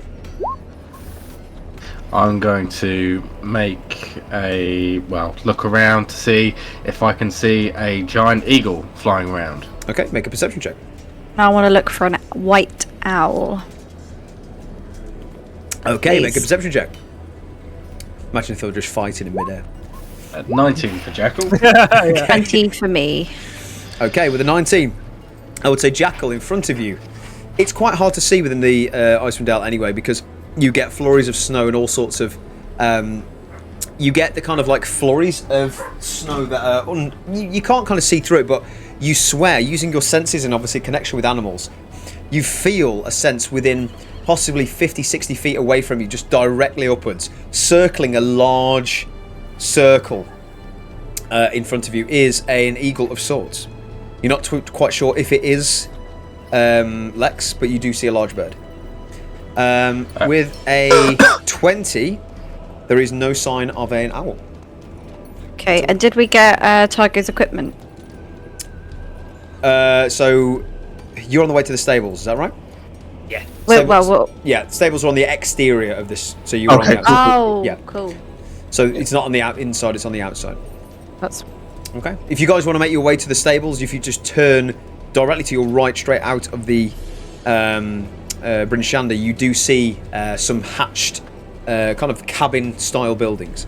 And that's where the horses, or obviously not the horses in this weather, it would be the dog sleds and the axe beaks where would be kept. But it's basically where horses would have been, but obviously they've makeshifted it for the other animals that are around here. And that's where you're heading straight towards now, is that right? yeah. Okay. And as you can see, you all make your way closer there. It's not that far out. It's probably about maybe 70 feet away. You go all the way around this kind of perimeter, and you do see tradesmen taking their sleds, and you do see other folk taking their kind of whatever they've got left and kind of packing up and either leaving or going into the city or trying to make their way in. Targo, you all running forward and you're leading this kind of expedition. You do see straight ahead in front of you where you left your dogs in a small enclosed stable. Now outside in front of it, a fixed sled, which has almost kind of like this makeshift vine-like tape around it with all sorts of different planks of wood just kind of manufactured into the area that would be obviously wouldn't make it functionable, but now it is. So you can see that the area has been patched up. Good. So I'll run over, I'll get a bit of food out that I've packed away from the previous breakfast I've had in Bryn Shander, chuck it at the dogs, give them a good stroke, and make sure that all my equipment's on my sled. And then anyone who's looking at the dogs, I didn't have a lot of time to think of the names, so I've not been very imaginative, but there's a black one called Shadow, a white one called Snowy, a big brown one called Bear, and then a sort of smaller one called Lucky. He's white and grey, they're all huskies. And I just turn to the party and I say, are we going on foot or are we taking... Well, I doubt your dogs will be able to pull Sentry. I'm just saying that now. We don't have means of transport. You would know for a fact, Targo, that your sled is good enough for you, one other, and some supplies, and that's it. So you could obviously transport them, but it'd be more of a ferry than an expedition. Targo wasn't sure if everyone else had transport. He saw Jackal get on Athena and thought maybe everyone else has got. It's just gonna have to be a brisk jog, I think. Okay, no worries. And I turn back round to the dogs, give them a little bit more food, and say I'll be back soon. And pick up my shield and short sword off my sled. Yeah, amazing. Do you want to describe what the shield and short sword look like? Yeah, so the shield is just a very sort of the similar blue to my clothing, with again the helm's sort of symbol right in the middle of it, with the gauntlet, upright gauntlet with an eye in the centre, with very nice sort of elven patterns around the outside, and the short sword again blue hilt, and it's just all and handle, and it's all again just very well made.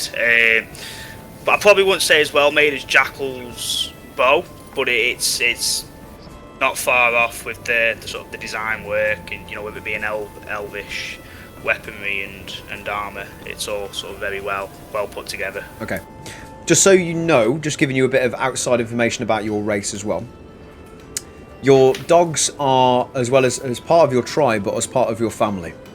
You are confident that you can open the gates to the stable, let the dogs run free. They can do whatever they want, and you can recall them back outside. You are trained in that. Alternatively, you can leave them in the stable if you wish, but you know there are incoming dangers. Just so you know.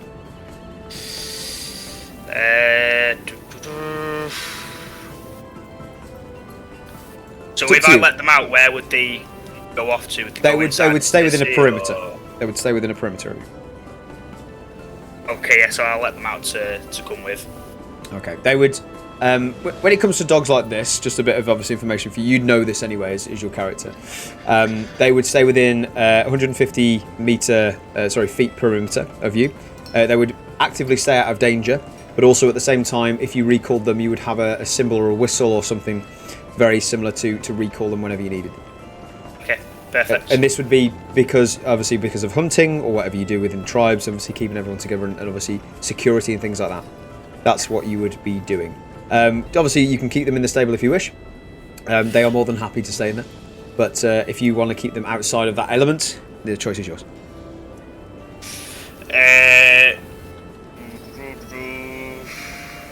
No, yeah, I'll bring them with me.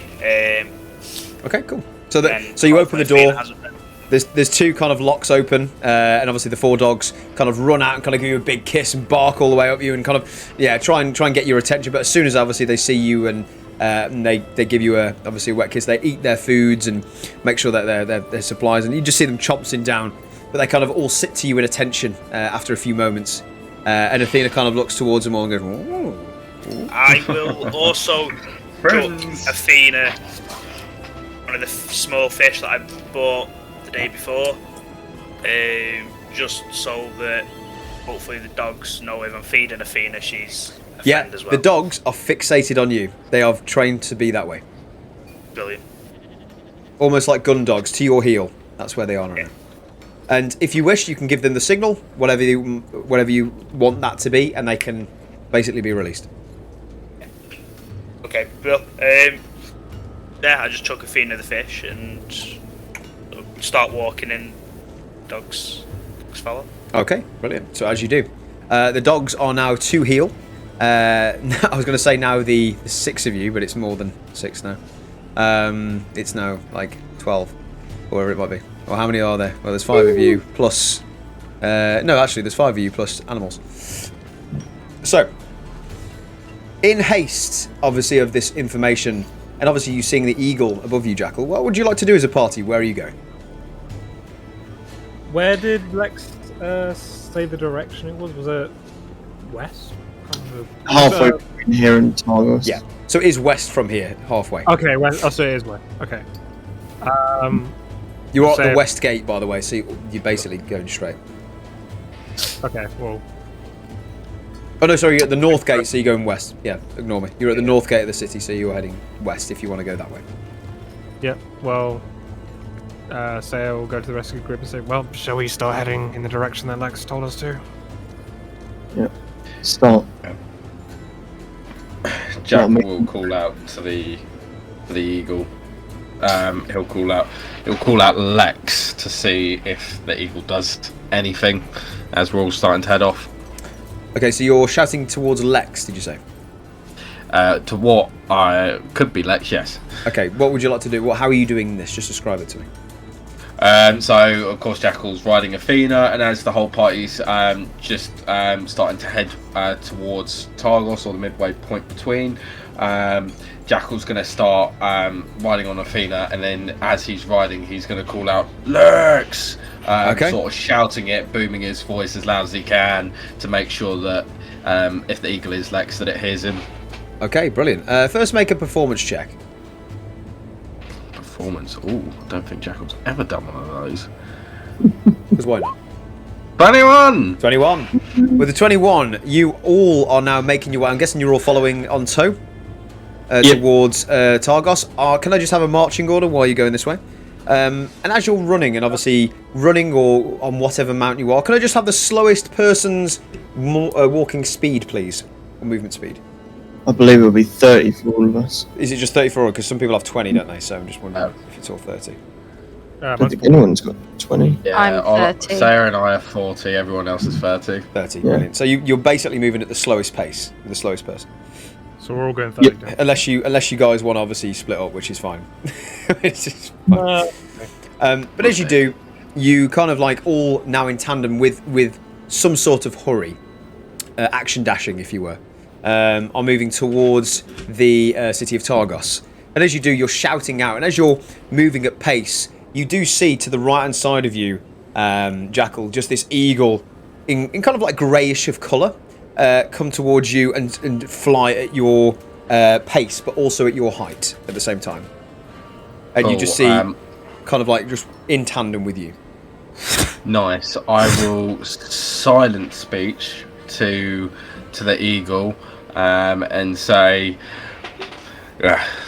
Lex, whatever you found, wherever you know where they are, be best if you lead this charge. Direct us to where they are. You see recognition from an eagle, if you were to know what a recognition from an eagle looks like. The eagle kind of looks towards you and kind of like gives it a bit of a quick flap, like and kind of gains height, a bit higher than you, maybe 20, 30 feet higher, as they are going just off kilter towards the track. Off the route of the road that would lead normally to Targos. As Jackal will then call out to the rest of the party, follow Lex. I think he's onto something. Okay. Is everybody still following tandem? Yeah. Okay, Yes. amazing. And as you do, you all make your way out now of the kind of carved path. And what I mean by carved, it's just shoveled over, so you kind of got this indent in the snow where the normal traffic of individuals walk, and you go obviously off the main or the beaten track, which now is just thick areas of snow all the way sometimes up towards the waist area. So it's good job you're on Athena, Jackal, as you would probably be neck high in snow. And at this point, everyone's obviously moving their way and making their way towards Targos. Can everyone just make a quick perception check as we're on this expedition, please?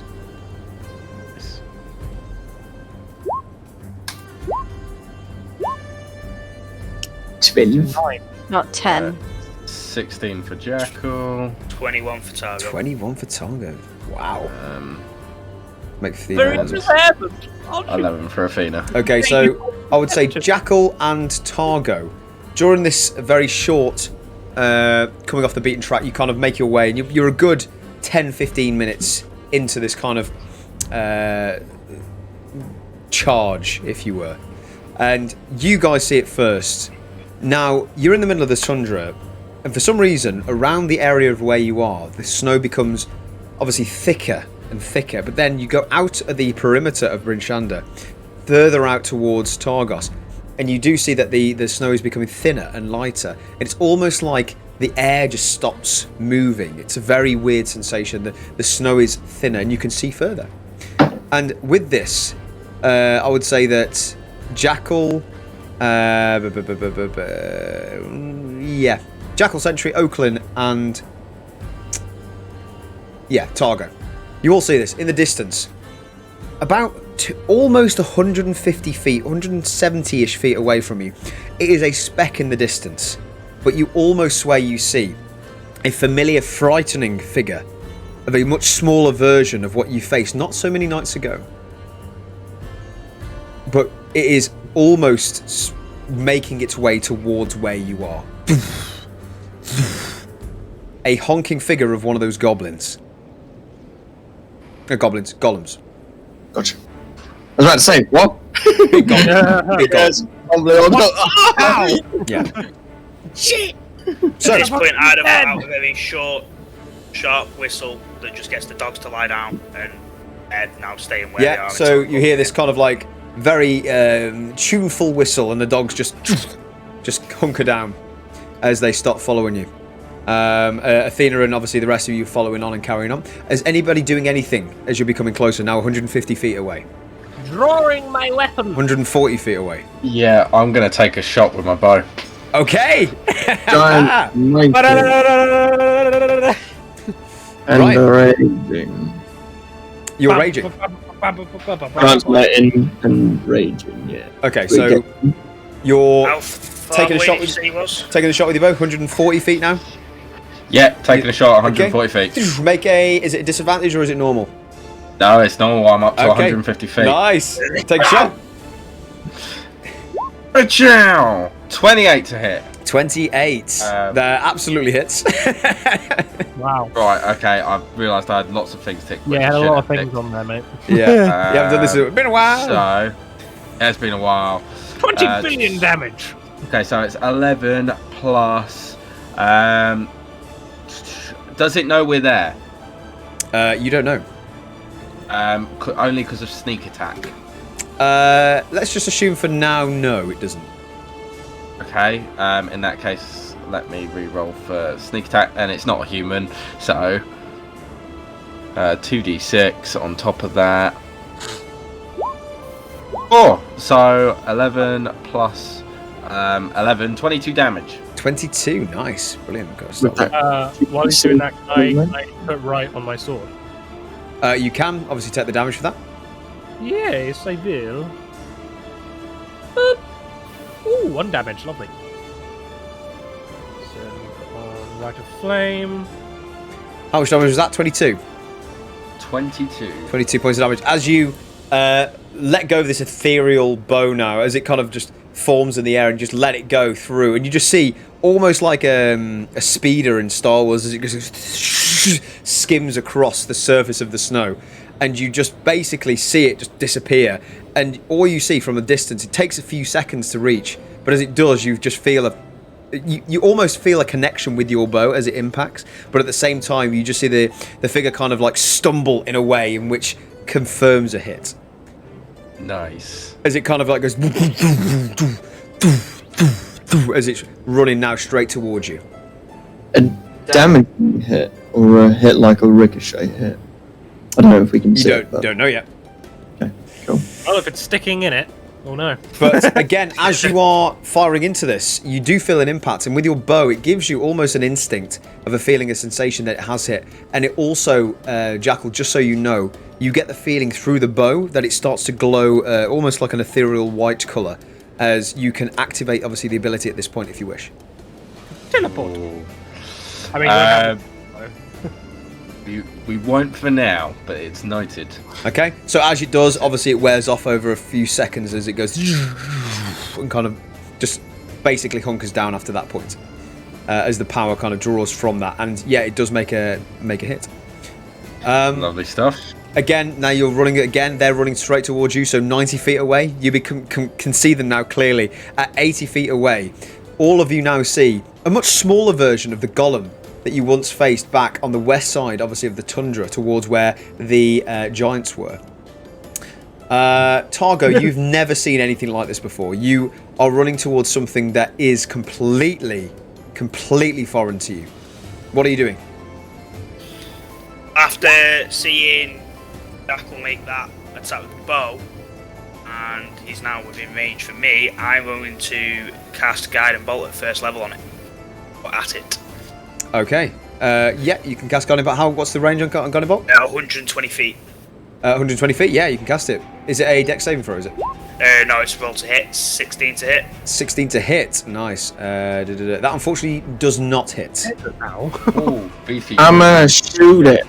So as anyone would notice the sort of gauntlet that I've got on, or the brace that I've got on my left arm, the gem on it starts to go blue as the bolt sort of fires out of what looks like my hand, but the power is actually sort of given from the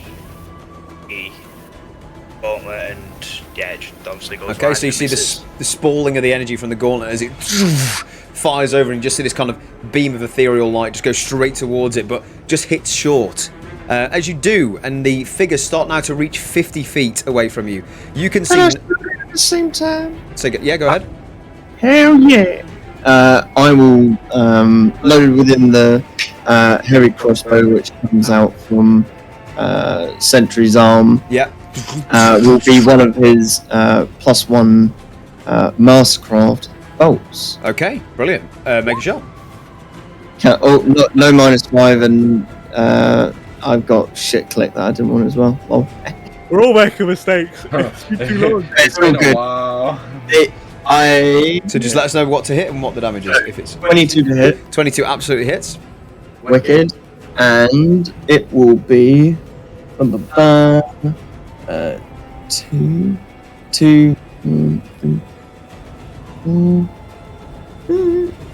8, 9. 9 plus 11 piercing. 9 plus 11, so that's 20. Yeah.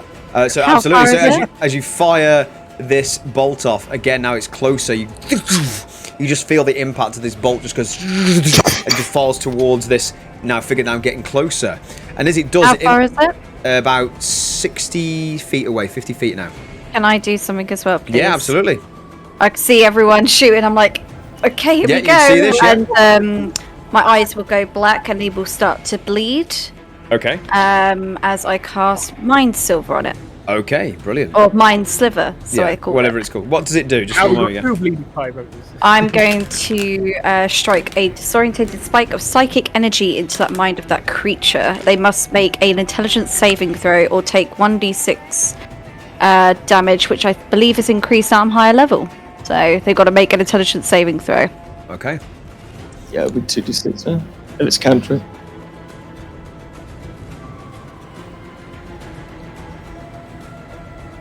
So, what's the saving throw? Intelligence. That's a natural 1. Nice one, baba. Cool. That will be 7 psychic damage. Nice. And it Go on. it has to subtract 1d4 from any on its next saving from the next saving throw it makes before the end of my next turn. Okay, brilliant. So as you're all running straight towards this thing, as you're all firing off all of these different elemental attacks, you do see as that crossbow hits the sentry, it does make impact, and you just see bits of almost like this molten rock just fling off it. As then you see the obviously attack from Oakland just kind of go straight towards, and you see it kind of grab its head for momentarily and kind of swing its head to the side as it kind of breaks a bit of its own skull off, as it takes a little bit of damage from that as well, but it's still charging straight towards you. And as you get in range of this, I would like everyone to roll initiative, please. Woo! Should we wait for the No, math. yeah. Wait for the thing, wait for the thing, wait for the thing. okay. Go! Sorry.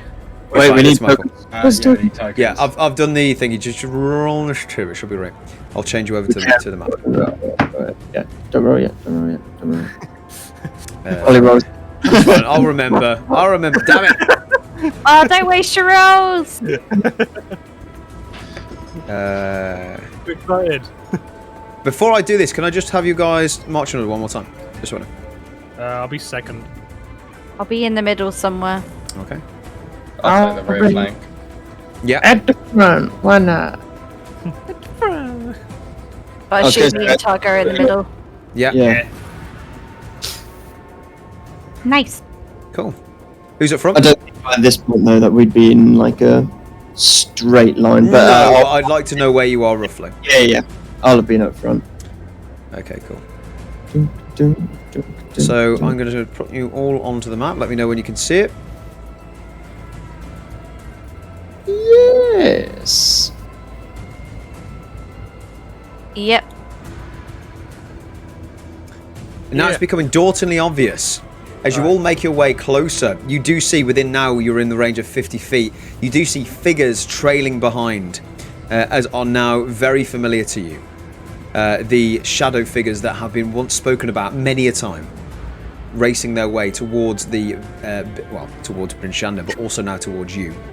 So, okay, so I would like everybody to just, can everybody see the map to start off with? Just so Yes. Okay, can you all move in respective areas, Sentry being this line, to where you would have been left or right? Just so I know. I'll be next to Targo. I'll be like kind of by myself here. Okay. Cool. Brilliant. Yeah, Jack will take the wider flank. Amazing. Can you make me large as well, Fraser? Say again? You Can are you now make me- large, yeah, that's fine. He's a big boy. He is. You can do it yourself. I can't. Can you not? Nope. Oh. I thought you could do it yourself. Nah. We tried. There you go. But then everyone So, would be like, Sentry, as you are running up as well towards this golem figure, you are the same size as it. It is large. So you are now having a kaiju battle almost. yes, yes. Okay. Brilliant. So, just going to roll initiative myself. He's Gajira. Imagine.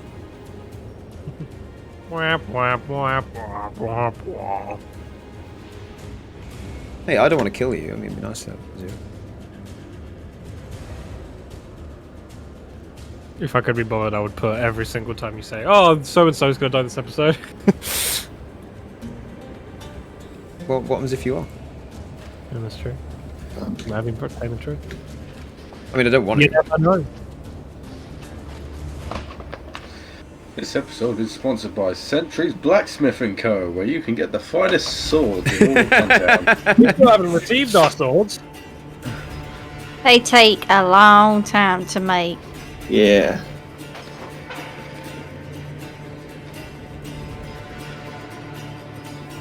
Bear with me, guys. 2 seconds. There you are. Right. Cool. Just gonna roll initiative myself.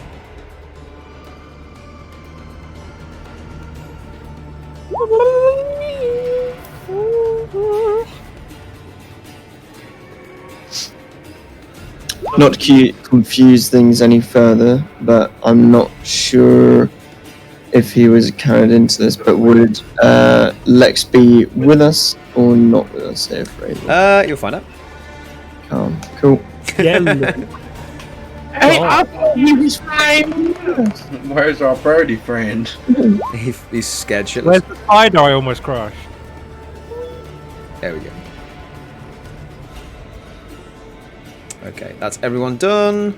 So, top of the round with 22. Oof. We see Oakland, you're up first. You see the group of shadow figures with this leader of this fire golem just kind of straight up to you. It is garish in its looks. It looks exactly the same as the one you saw, but in a ginormous form. But this one's much smaller. What would you like to do? Oh, well, I would say fight fire, fire, but they ain't gonna fucking work. Heh. Hey, you never know. I'm going to fire a first level chromatic orb at it. Okay. And I'm going to choose acid. Okay. So is that an attack roll? I believe it is. It certainly is. Yeah. 24 to hit. 24 absolutely hits.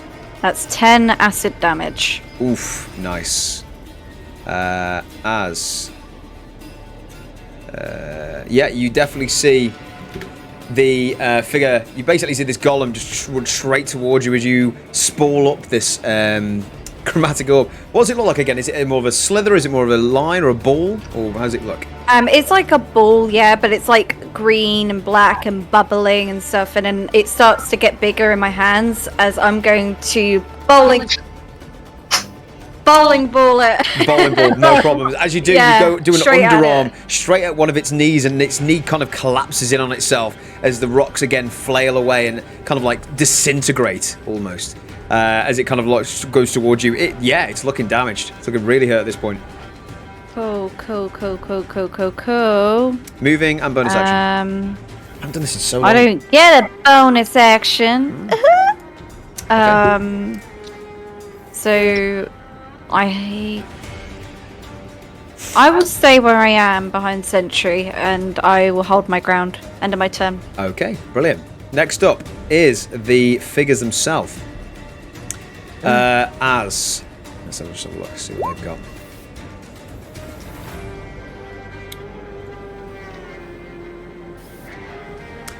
Okay, yeah, I'll do it now. Is it not a dark vision or is it just normal vision? Just normal vision. Dark vision. Okay, cool. Wow, yeah, dark vision. Done. Yeah. So. Our Sephiroth is the dark. Oh, that's a little more. Yeah, if anybody else's vision isn't correct, let me know and I'll change it. So, what would they do?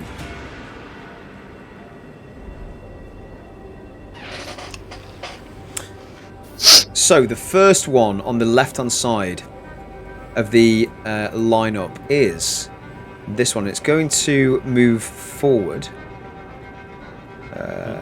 in front of you guys, straight ahead of you guys, darting past the fire golem as it kind of like looks towards it, has no expression in its eyes, and you can see covering its face a very familiar mask and almost kind of this, it's moving in this kind of weird trajectory. It's running, but you don't see any movement from its torso. You just see it kind of glide across the snow, and it's going to use one of its abilities. It's going to use Conjure Shadows.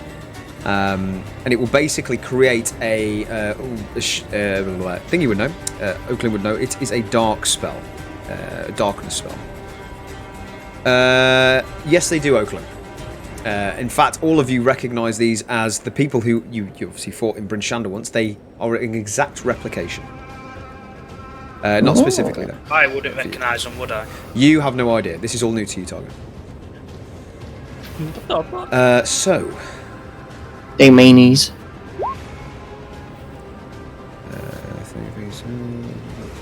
Let me get this up. So 1 second. Figuring out math. Maths. Math. It's not hot. Yeah. Are you trying to make a darkness sheep? I'm making a 30-foot circle. Give me a sec.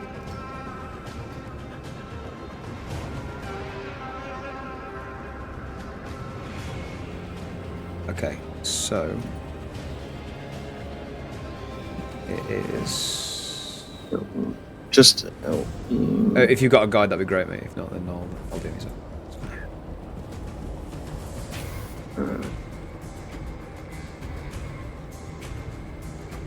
Do you think? If you can see that, that is the compassing area that the circle needs to fill. Yeah. Right. Just leave that there. I'll make a square around it. Yeah, that's fine. Thanks, mate. Okay. If you want to make it circle, then on draw shape, click Alt, and it'll make it into a circle, and then you can just drag it over. It's a little bit finicky to do, but. I got the kind of areas, I think. Yeah. Around itself. So let's put it just there. As you see, the first figure go straight ahead. Thanks for that, Luke. Go straight ahead towards you guys. You just see its figure kind of like, almost like Power Ranger style, just kind of do these very strange movements and kind of place its hand straight into the ground, and you just see this inky blackness just take over a 30-foot circumference of this area. The next one is going to go... In fact, what they're all going to do is they're all going to slowly, they're all going to run in towards this circle and make themselves almost disappear, as this is an impenetrable dark circle, as you know this, Oakland. It is a magical circle, and you've been in this before. As this would be classed as some sort of defense mechanism, possibly by the way that they're fighting, that this is a structured... I'll make the party aware. Okay. That, just in case anyone forgets, and Targo probably wouldn't know about it, so I'll make the party aware not to go in, as you will not be able to see. I will also make these disappear, as you have no idea where they are. Oh, magic. I know, crazy. That, and see what they can do. I didn't get rid of their turn order, did it? No, because they're all in one. Okay, then. You can see it on his anyway. I'm guessing GM. So again? Oh, Chloe just thought you might have deleted him, but No, I think GM led. Yeah. Yeah. I'm in secret GM mode. Yeah, I know where they are, but you don't.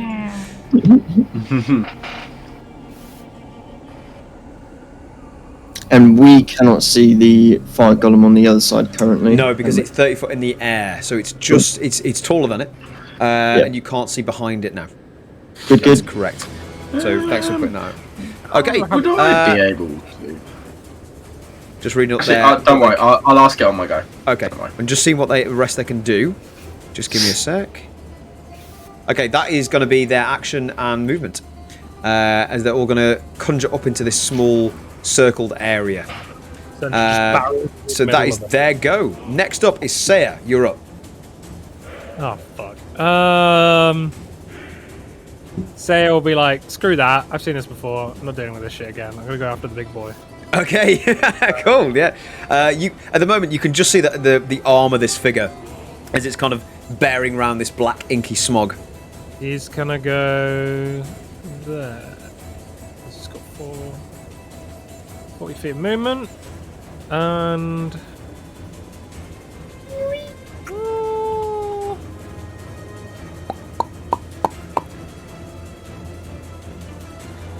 that'll be it for now. I can't really. Yeah. Okay. I was thinking. Remember action economy. Nah, fuck you. Alright then. Yeah, I'm just gonna hold an action. Okay, what are you holding? If any of the dark figures come out of the circle within 5 feet of me, I'll attack it, and that goes with the same for the big golem dude. Okay. So if anything goes out the circle, you attack it with what exactly? My rapier. Okay. Currently, you're not. You need to be within 5 feet to attack with a rapier. Is that right?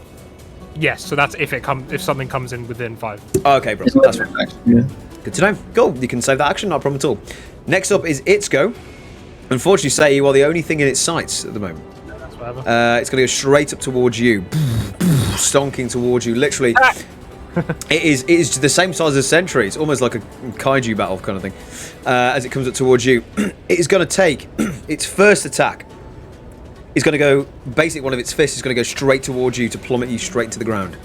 Wouldn't say take his attack first quickly though. Yeah, wouldn't I? I have to take my attack. Good. Thank you very much. And yes, before he does that, I would like you to make an attack roll.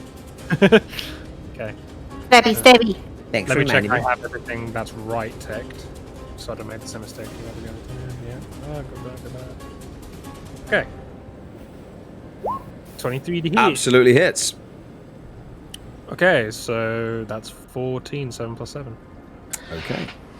Bear with me.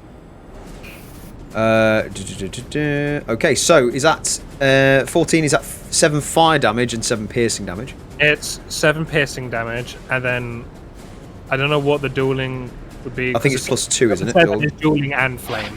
Yeah, dueling's +2, I believe, and flame is another roll, so it's a separate roll. Yeah, dueling's +2. Okay, so that's 10 piercing damages. No, 9 piercing damage essentially, and the rest would be flame damage. Mm-hmm. Yeah.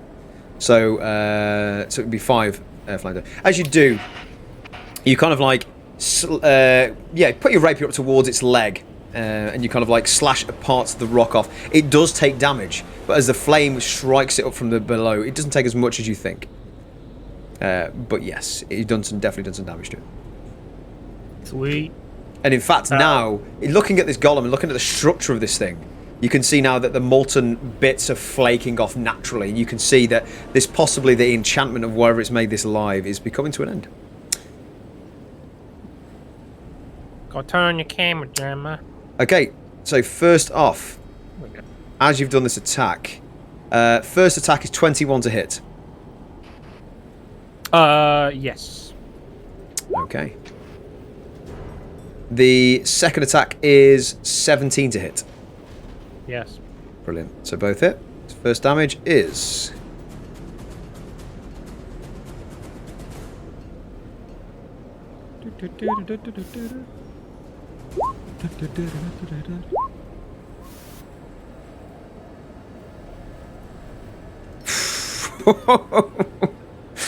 Yeah, man, that's not okay. It rolled a natural... okay, so it rolled... What? It rolled obviously 21 to hit, but it rolled... Let's just say most of its dice rolled the highest number it could. As it plummets one fist down to you, and you take 37 points of bludgeoning damage straight to your face.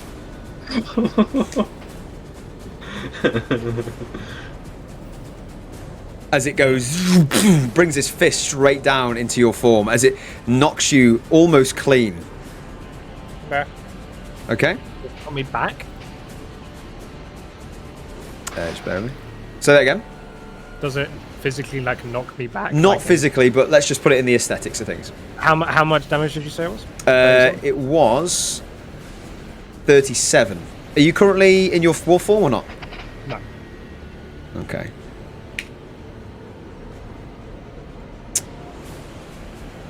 The next attack, right, as it takes the next fist down, as it slams this one fist straight into you, the next one goes straight down at you again, Sayer, but this time from another angle, and it knocks you completely clean, as I believe 35 takes you to 0 hit points. Yeah. You are down. Fuck, man. You should have listened instead of saying "fuck you." Well, I couldn't move anymore anyway, so it didn't matter. Currently, Sayer, Dodge action. Currently, Sayer is unconscious onto the ground with this golem just lurking over him. It will now take the rest of its movement. I still would have gone down. Like, I would have dodged Move. once, and then on its next turn, and then I would have gone down. Just in front of. You probably would have lived if you took the dodge action. Does it end its turn there? I would have. He would have just like gone after me again the next round, and then I would have gone down. Does it end its turn there, Fraser? Sorry. Ends its turn right where it is, Well, yeah. you don't charge it? Wicked. I'm going to use my reaction. Can it make a wisdom saving throw, please? Absolutely. What's the save? Oh, stone rune. Wisdom. Ignore the damage. It'll come after. What's the save? Wisdom. Wisdom. Yeah, but what's the DC? 14. It's in the chat bar. Oh, is it? Okay, thank you. It fails. Hell yeah! It is going to be... The creature is charmed by me for 1 minute. While charmed in this way, the creature has a speed of 0 and is incapacitated. Okay.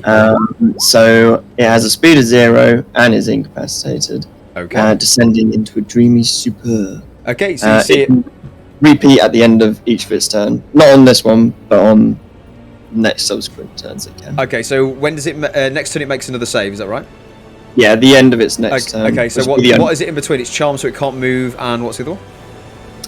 It has no actions or reactions. Amazing. As Brilliant. So you just see this golem just run straight towards you as it knocks Sayer down. As these two fists goes down, it runs straight towards you, spotting you, Sentry, about to run towards you. And as you, I mean, how does it look? What do you do? The stone runes on the back of the cave, which has now fully came out from behind in its giant form. It will ever so slightly glyph a rocky hue on the top right corner, causing the rocky hue to appear within the golem's eyes, and now it just stands there looking like it's asleep in a sentry sleep form, just stood up, bonk, incapacitated. Okay, so as it does, it kind of goes towards you, but then its arms just slump down. Its kind of head just rests, and it almost goes into a U mode. It goes into a lampshade, as it doesn't do anything. It just stands there. Yeah. Bangers and mash. Next up, from a distance, you see a bird-like figure fly into the battlefield and emerge straight in front of where Saya is standing, as it transforms and change into the familiar figure of Lex. As they stand over you, Ollie, Saya, I should say, and they try and place their hands to recover whatever wounds they can and to make sure that you are stable in this point. They don't currently have anything, I think. Let's have a look.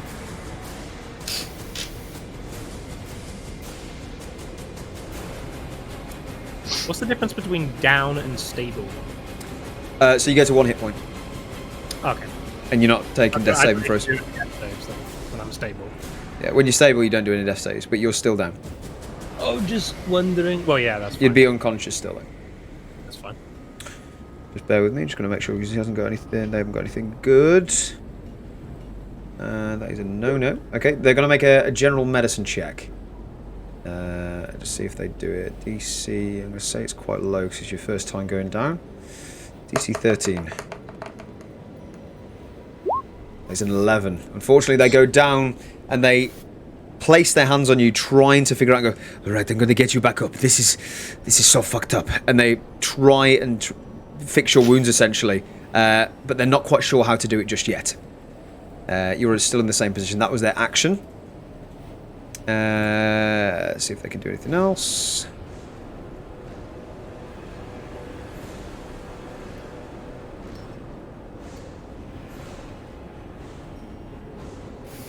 They're just going to stand over you and make sure that you are not being attacked. They're going to almost stand over you as they're trying to administer some sort of first aid to your direction.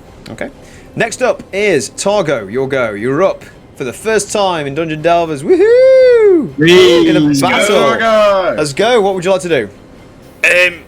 So after Oakland has sort of explained that this shadow thing, this darkness that the shadow creatures have cast is like a protective bubble kind of thing. Yep.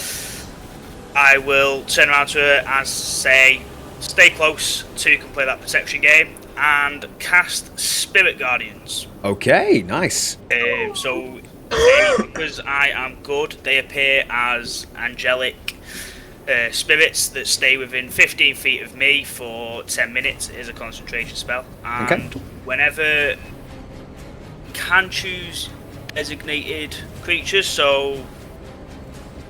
What's the perimeter again, mate? Sorry, just 15 feet. 15, so it's half of that. Okay, cool.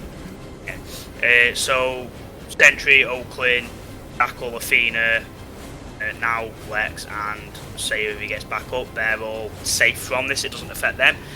If any of the shadow creatures or the golem come within 15 feet of me. Don't make a thing. Just double click on his token. Scroll down to the bottom and create in the aura section 15-foot Fraser, and then it'll move with him as well. You can do that for your shadowy dudes as well if you want Fraser as well. Okay, cool. Just give me a sec. Yeah, if anything comes within 15 feet of me, whilst this is up and I'm concentrating on it, they have to make a wisdom saving throw. Oh, that's 15 feet. That's interesting.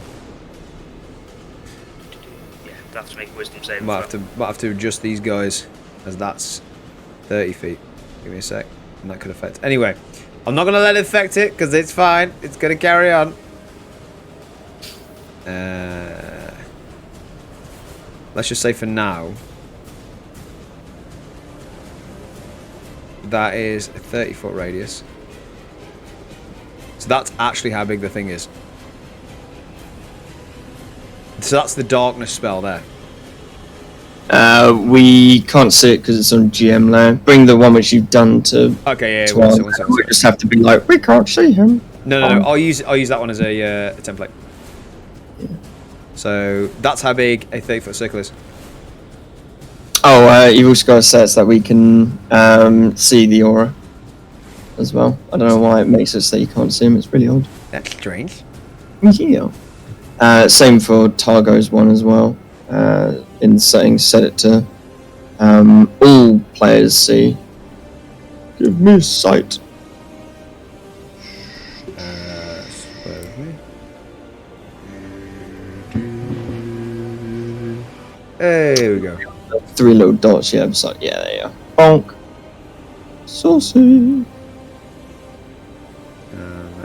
That's how big a 30 thing is. Oh my god. Yeah. So let's You just said say. it- Go on. So it because it's set on radius, so it's 15, and it's darkness is 15. Unless what do they get to do darkness at 30? I don't know. They do 30, yeah. Oh, okay, all right. I thought they No, it's fine. darkness. It's fine. It's fine. It's fine. I'll tell you what. Yeah, I'll tell you what. This all happened as it was spalling up anyway. So as the darkness spell erupts, it doesn't just create a massive bubble. It kind of comes up very slowly. So you do see them kind of skitting in and out of darkness. But I would say this all happens in relative time. But they are now in darkness, as that's how it's played out. So get rid of this one. So just to confirm, because that might have just fucked up my complete plan for my next round. Okay. Was that black circle the shadow part, or is this big yellow circle the shadow part? So right now, big yellow circle is the shadow, and the one around. Fuck's sake. I'll do a different colour. Hold on, for thingy. Wait. That's What? really big. It's 30 foot radius. It's massive. Yeah, that's what it says. Oh, so I was in darkness when I was. I will say, for the purposes of this, it was grew spawning out. up. It was brewing up Okay. because it happened straight after. I would say that it kind of makes sense right now, and it's played out how it's played out. So, unfortunately, that's the thing. Where you see the shadow figure in the middle, that's not where that person is. I will say. I will say that this is probably where just to show you where the shadow is, rather than showing you where that person is. So there is another one around there. It's just not there. Does everyone make sense? Does that make sense to everyone? Yep. Good. Yeah. I will change the colour of yours as well, Spirit Guardians, just so it's different. Yeah. Let's go for a nice little blue. There we go. Very nice. Cool. It's pretty. As I'm concentrating on this, I'm doing some weird shit with my hand that's got the gauntlet on, and it's just the blue sort of mystic powers coming from it. Yeah, absolutely. The blue surge of energy, and that's what's sort of keeping these fae, these angelic spirits. You get to choose what they look like, by the way, the spirits as well. Yeah, so it says They're angelic, but with Spirit Guardians, we can flavour it to whatever you can. Yeah. You- My old cleric used to have griffins. If it's not the dogs, I'm going to be disappointed. Yeah, do you know what? Yeah, it will be the dogs, a mixture of dogs and elves that are sort of like the ancestors of my tribe. Yeah, amazing. So you just see these That's cool. incredibly angelic dogs and kind of elf-like figures just dancing around, almost kind of this tribal ceremony, but in a spiritual guardian way. Let's just call it. Okay. Would you like to do anything else? That moves with you, I believe, as well. It does, yeah.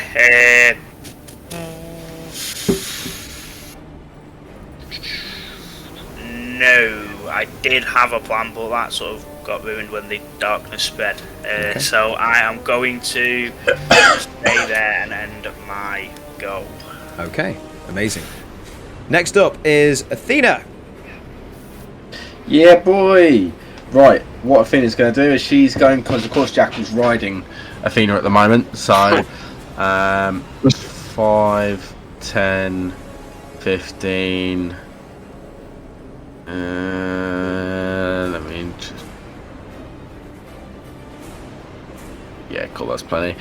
Yep, okay, Athena's going to move there, of course Jackal's riding, and Athena is going to take the dodge action, please. Nice. No problem at all. Okay. End of her turn, please. End of a turn. Amazing. Next up is your go, Jackal. It's so strange how you go together, but yeah. I know that's actually the best. It's Happens ever a lined lot up. in this game. I've always wanted Athena to go first. Yeah. It's not like a move and do Yeah, shit. well, that makes sense. Right. Of course, everything's complete darkness, but I saw roughly where the big lava monster was, could I again, this is your ruling, could I shoot where I think it was? I don't know whether you give me like super disadvantage. So or... I will say, for the purposes of this, every round is 6 seconds. This spell isn't just immediate like boom, bubble. It's like spooling up from the floor. Okay. So I think I've described it in previous battles, especially with the giant golem skeleton thing that popped up. Do you remember? So it's spooled up from the floor very slowly. So it takes a few rounds, not rounds. It takes a few goes to actually come up. So for the purposes of this, just obviously because I would say you can still see maybe up to the torso of this thing. Lovely stuff. Okay, cool. In that case, I would like to take a shot at it with my bow, please. Okie dokie, no problem at all. Actually, no, what I'm going to do first is I'm going to cast... let me check, actually. Again, it's been a while since combat. Okay, 90 feet. Sweet, that's definitely going to be within 90 feet. Cool, I'm going to cast Hunter's Mark on it. Nice. So, a little symbol in what looks to be halfling appears on the monster, Jackal's normal symbol. Okay. And then I'm going to take a shot at it. No problem. Yeah, make an attack roll. Cool. It's currently slumped its arms down. It's it's not moving at all. It's currently engaged with Lex, isn't it? It's within 5 feet. Well, it's interesting because it's charmed. So, Isn't it darkness though? because it's charmed, I'm not sure if it's engaged. Just check on the ruling on Let's that. have a look. You don't need advantage on the attack roll if another enemy of the target is within 5 feet of it. Yeah, that's fine. Yeah, it is, because I've just remembered that it's the other way around as well. So yeah, it is. Lovely stuff. Cool, so I get sneak attack. Sneaky boy. Right. Just to answer your question there, Ollie, as well, the darkness is up to the point, because it's such a massive creature, it's up to the point of its torso. Oh. So Jackal can see it mounted on Athena just about. That is a 27 to hit. 27 absolutely hits. Lovely Does that mean stuff. Sentry and the guy just looking at each other? Pretty much at the moment, yeah. We're just like almost like in a dark Like bath. submarines. Yeah. They're just drowning with the darkness. What did you just do? That's 23 damage. Okay. Is that, just total. Is that piercing? Piercing, yep.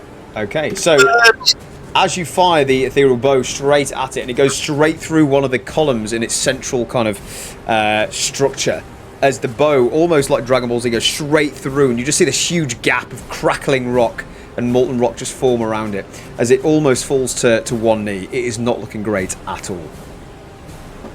Nice, thank you very much. That will be the end of my turn, please. Brilliant. Next up is Sentry, eventually.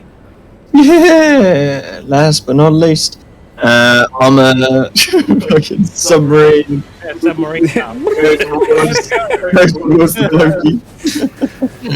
Just like question though, obviously going around in this pattern, I will blonk it through. I don't know whether or not any of the dudes were on that line.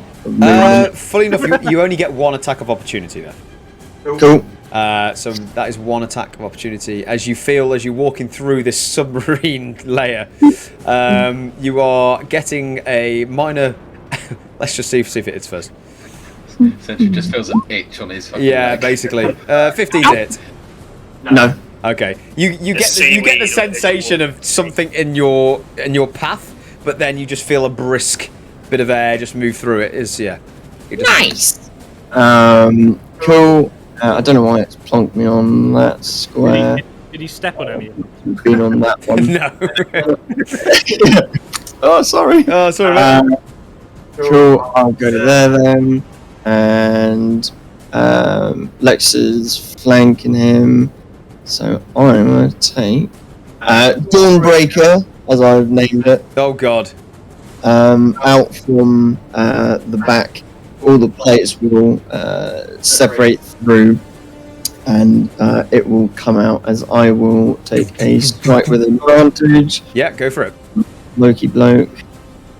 Everything to a 22 to hit. 22 absolutely hits. Cool. Let me reroll one damage die. Better. another 3 onto that, which makes that 16 plus 23. Slash. How do you want to do this? 39.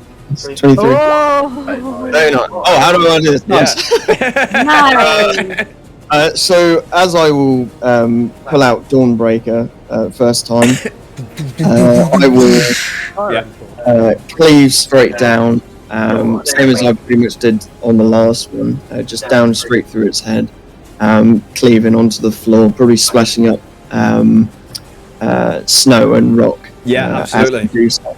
But as it does, you get to see all the kind of molten rock just doesn't hurt anybody in particular, but you just see it kind of sprawl out at the same time. Nice. Great Weapon Master means if I kill an enemy, I get to make a bonus action attack. Okay. So with that, I will play Battleship. Basically, yeah.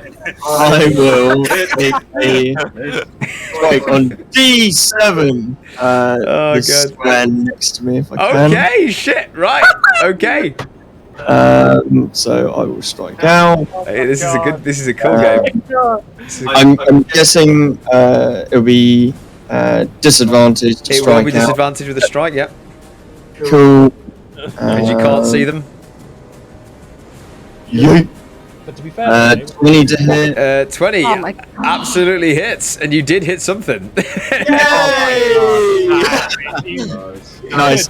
Roll Yeah. 25 damage. 25 damage. Oh god, Shit. I do need a sentry killing machine. Dawnbreaker doesn't do anything special, or it's just Dawnbreaker. Great sword, +1 at the moment. Just checking. Yeah. Cool. That's fine. For now. Blammo, deaded or not deaded? You're not sure. Fair point. You can't see it. You knew your blade felt impact on some fleshy material. Whether it's dead or not, you have no idea. Nice. Cool. And in that case, that is all that I will do. That's everything. Okay. Top of the round. Oakland, you're up. Yeah, boy. Right, You're I'm just being going to covered, use. and floating around you is just mythical, ethereal elves and dogs, and just loads of it's quite pretty. Right. Can I just move my character up just to get. Okay. That point there. Yes. I'm going to mark it Yes. here. Yes. And then I'll get rid of it. God, so many buttons! So many battles. Right, I'm going to go back where I was. So that point there is where my focal point is at. She's Okay. going to step back, away from Targo, but stay in it. She goes, right, here we go. And she's going to get her book out, get some materials out of dust. Her hands go black and they go crackly. Okay. Like the magma her horns were. And 6 arcane circle runes appear all around her in like a circle. And as they do, they start moving and sort of like, again, Doctor Strange, they're like sparking as they're moving really quickly. Okay. And as that's happening, my spine starts to glow where the crystals are. They go to glow a bright yellow. Okay. As a small ball of fire starts to appear, hovering in midair between my hands. Shit. And I charge it up as I'm going to cast Fireball. Yeah, spirit bomb. Nice. Fireball! At that point, please, at 4th level. Okay. Yeah. Roll the. Is it? It's just a damage and dex save, I think, isn't it? Just gonna nuke all of her. Yeah. So it'll be dex saving throw. Okay. Not amazing damage, but it's still pretty fucking good. Okay. You have to make a dex save, please. Okay. I'm gonna have to make how many dex saves? Let's have. You don't know, but I do. So that'll be 31 damage if they fail. Okay. Let me just figure this out first. And if they succeed, they take half. Okay. Did you need Chloe to go back to mark how many are bombed or? Just... I think it was. Fire. Ding, ding, ding, ding, ding, ding. Ding, Okay. ding, ding. It is. If I remember your circle, just give me a circle again. Just move your character, because I saw the circle. Just move your character into that. Yeah. One time, just so I know exactly how many there were.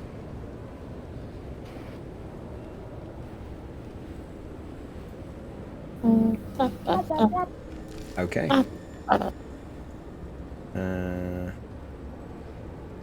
Hopefully you bonk the naughty little lizard that did the fucking darkness.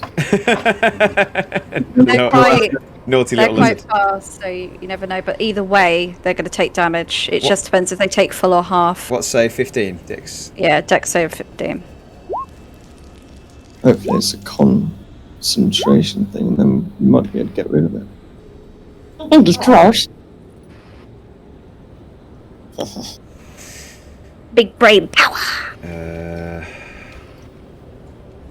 I would have said as well, she would have the reason she would have picked that point is because she's so fucking smart. And she remembers where the original guy was that came out first to cast the spell. Yeah. So she would have done it either at his point, if not slightly to the left, away from Sentry. Okay, bear in mind this is in complete darkness, so I'm in two Yeah, rights so- to say whether this is a... But I'm going to give you it anyway, because you would have fired it in this direction. And Fireball's obviously an AoE, so that's fine. Well, Okay, so... 1, 2... 3 saves and 2 fails. Oh. There you go. So 2 take, what was 31 damage, and then the other 3 take half of that. Okay. 15. Let me just do the ones that you do. You had to do it way... Anyway. Yes. God damn you. So that one takes... Either way, they take damage, meaning any concentration checks they have to make. That is very true and actually very clever. I'll give you that. It's very, very cool. What's half of that? What's the half damage? 15, I assume. It's 31 total damage, so whatever half that is. Oh, so 31 total damage. Yes. Wow. That's for if they take max damage. If they Wow. take half, then it's half of 31. Wow. Okay. Okay. They all just New die. spell, who dis? Oh shit. Right. She ain't done this before. But she rock it like she has. What's You would've seen the as half well. damage again? Sorry. Pardon? What's the half damage again? Well, it's 31 damage to whatever half that is, so I assume it would be the 15 or 16. You always round down. So. Yeah, so 15.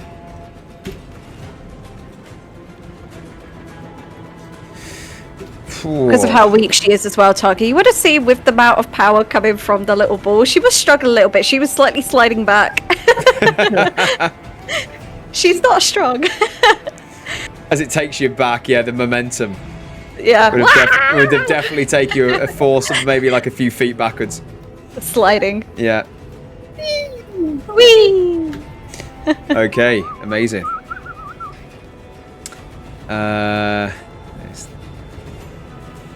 Can't say one move and you make me do about 30 checks. It's ridiculous. Let's just say. Right, let's just say that. Okay, so. Shit. Let's just take this into what happens. So, what happens is you see just the fireball erupt straight from the hands of Oakland as it goes straight into the middle of the circle. And you just see kind of this... You hear the eruption. Actually, no. Darkness, you can't hear or see anything through it, can you? Am I right in saying that? Or is it just sight? Yeah. Sight, I think. Oh, you can't see. No. Yeah. So you just hear this just shake of the ground and just an impact of... coming through straight in the middle of this thing. And as you do, you see the impact. You wait for the theoretical dust to settle, and whatever comes out of it and spills out of this dark area comes out. But as it does, you do see that the darkness itself, as it's spalling up, slowly starts to come back down again as the darkness starts to disappear and disrupt, as everyone in this circle is now Yeah! shown once more. Nice. Oh, hi guys! Oh shit, I got quite a few. You did. Oh, nice. I played perfect. Fucking Oh, there. battle Oh, there was shit. 7 in the circle. Yeah, absolutely. So, You only counted 5. say again? You only counted 5 to me. I did an extra one. Bastard. Yes! Cool. So they all took a massive brunt. How dare you complain to me, Scav? How dare you complain to me? I was just checking and make sure that I got people, know. No, you got all of them pretty much. So I want charcoal butts by the end of this. They're literally what I was about to say. So as soon as you see the smog come down, the smoke come down, you can see that some of them, their capes have been damaged, burnt, singed. You can see some of their skin is almost lit up, and you can see 2 of them in most particular, which I will mark up. This one and this one. They are in almost... they're in pieces. And as you know quite well, they are close to falling. As their eyes are starting to thrum this kind of ethereal green as it's coming to its end of its life. Awesome sauce. Don't think I got any bonus actions other than my teleport, but I want to stay where I am. I like what's going on here. Okay. Oh, can I do this as a bonus action? Damn it, I can't. That's fine. Yeah, end of my turn. Okay, good turn. Really good turn. Just bear with me. Okay, brilliant. That's it. Ooh, give me your skin. Next up is Saya. You're down. I would like you to make a death saving throw, please, mate. 20. You're back to consciousness with 1 hit point. Hey. Nice one. Yeah, so as you feel the kind of grips of death they're on you fucked. come down, you think to yourself, not today. And you go, and your life comes back to you very slowly but surely. And you see Lex in front of you trying to administer some sort of medicine or whatever they're doing to you. And they literally eyes light up as soon as they see you wake up. You're alive again. This is great. I say back, you could have just used one of the potions I have on me. They kind of look very confused. I'll remember that for next time. And the actual action, you can use half of your. Yeah. That is your go, isn't it? I think. Yeah. That's my go, yeah. Okay, I would say. We ain't dead! I was gonna give you more, mate. So. I was about to say that is a pretty whatever. Golem is gone. Next up is Lex. Lex takes a stance of offense as you see them turn and transform in their body into and crack and break into a familiar polar bear shape. Ooh. They give a almost groundbreaking roar to the shadow. Shut up!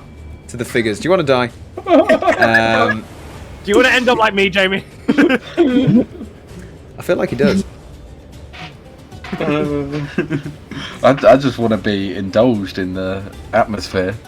Am I not doing Dolby Atmos. Am I not doing a good enough job? No, that sounded like it came out of my fucking iPod 3rd gen speakers rather than a 4K Jackal cinema. gets disadvantage on all attacks from now on. Just think when you die, you did this to yourself. Right, okay, cool. They're going to move up to the closest. Actually, is that their action? I think it is. No, they can bonus action wild shape. Brilliant. Aye, Moondruid. Naughty. Nice. He knows. He knows he does. So. Just get my sheet up.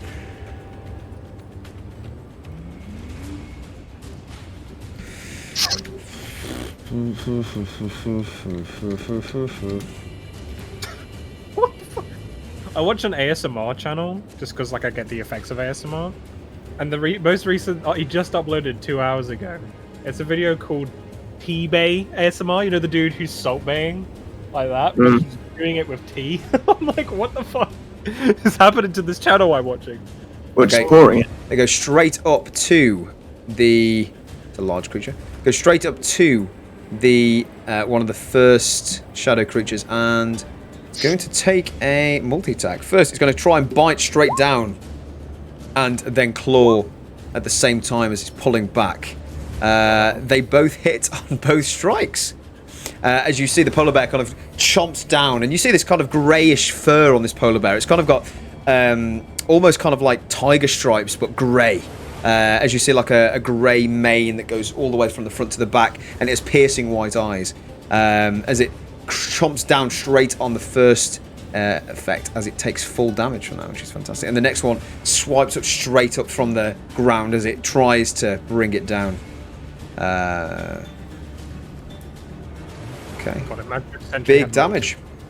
As you see the figure just fall to the floor and kind of regain themselves. You just see a mighty roar, which I'm not going to do. Come straight from the polar bear, and it's going to end their turn. Next up is Targo. You'll go. What are you doing? Beautiful. I am going to cast Spiritual Weapon. Absolutely. Right next to that one there.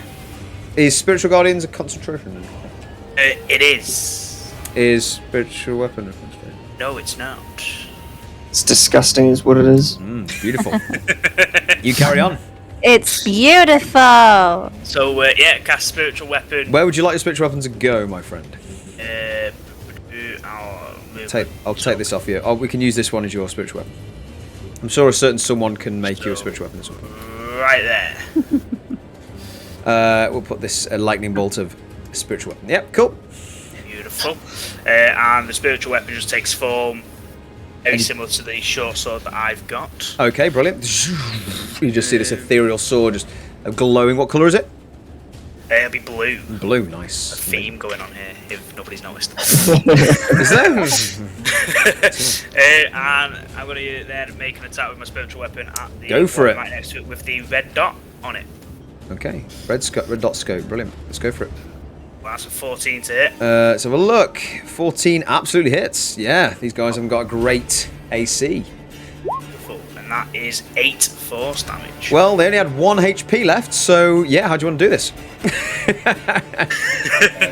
So is this Spiritual Weapon... What type of damage is it that a Spiritual Weapon does? I believe it's 4. Radiant. Yeah. Or radiant? Is it radiant? Yes, radiant. Four. It says 4. Oh, so Oh, four. it's yeah. So is this Spiritual Weapon sort of go carved straight into the head of Shadow thing? Okay. Sort of caving its skull and forcing it into the ground. Okay. And as you see the shadow figure drop onto one knee, as this the kind of sword, ethereal sword, goes straight through the head and almost chops it off as it and rolls down onto the snow, just covered like almost like a mini snowball. You just see its torso kind of twitch and shiver and quake as you see just a green glow coming from its chest area, and it kind of just takes a few seconds, but as you see it just wait there for a moment or two, and as it does, it kind of erupts and you just see just the elements of this kind of skin and flesh and bone just blow up it straight in front of your Spiritual Weapon. Beautiful. That is dead. Oh, cool, amazing. Is that your go, I believe, or you got movements if you want? I will, now seeing that there's a couple of shadows a bit closer to me, I will take a step back and be back next to it. Okay, brilliant. Good to know. Next up is Athena. Nice. Okay. One thing I need to know: can Athena still pounce with Jackal on her? I will say so. Yes. Nice. In that case, she's gonna yibby that skeet bap all the way over there. Say that again. I probably couldn't if I tried. Okay. You tell me about my roar, mate. I'll get you back. And she is going to make a pounce on this guy in front. Absolutely. Which one is it to pounce again? It is claw attack. So 18 to hit. 18 to hit. Absolutely hits, but before it does, it will use its reaction.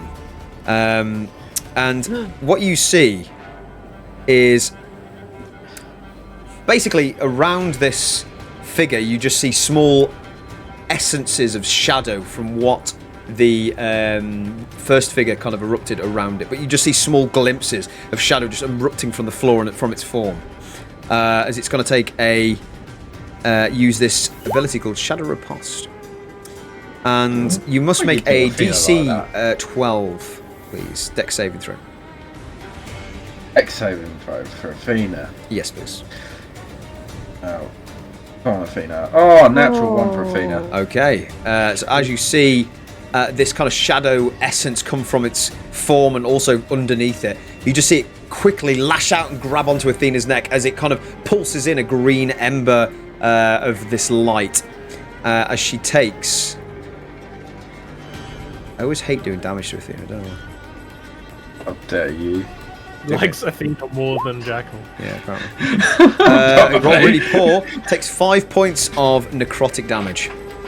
Hey, okay.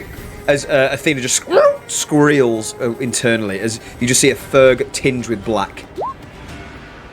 Cool. How she looks. Dope. 5. I haven't even updated her hit points from where she leveled up. So, it's that.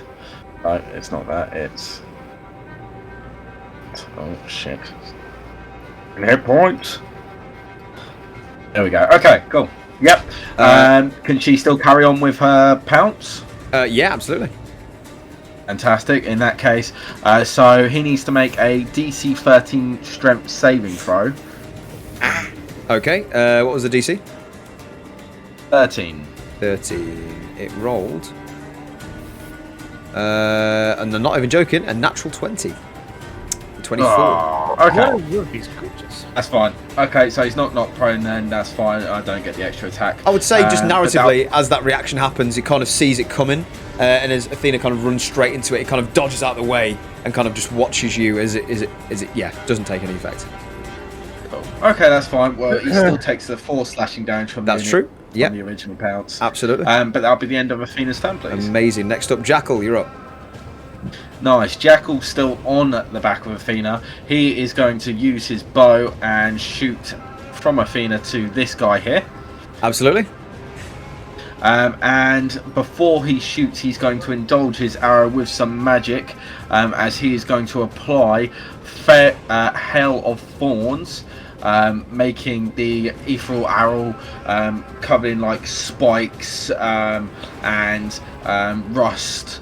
Amazing. And it looks like it's like piercing and bulging and pulsing, ready to explode. It's very interesting because on this ethereal arrow, it doesn't actually look natural anymore. It doesn't look like thorns and anything you'd see normally. It looks almost like this lightning bolts of just kind of just shaking and quivering. It's almost flavoured to the same type and form of this arrow.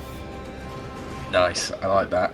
Sweet. Okay. And do these guys count as humanoids? They do. They do. Cool. Okay. Untick that. Untick that. Okay. So that is a 29 to hit. 29 absolutely hits. For max damage on the piercing, plus the 2 favoured enemy, and then plus as well anyone within 5 feet of this guy, including this guy, also take an additional D10 because of Hail of Thorns. That's massive. Banana!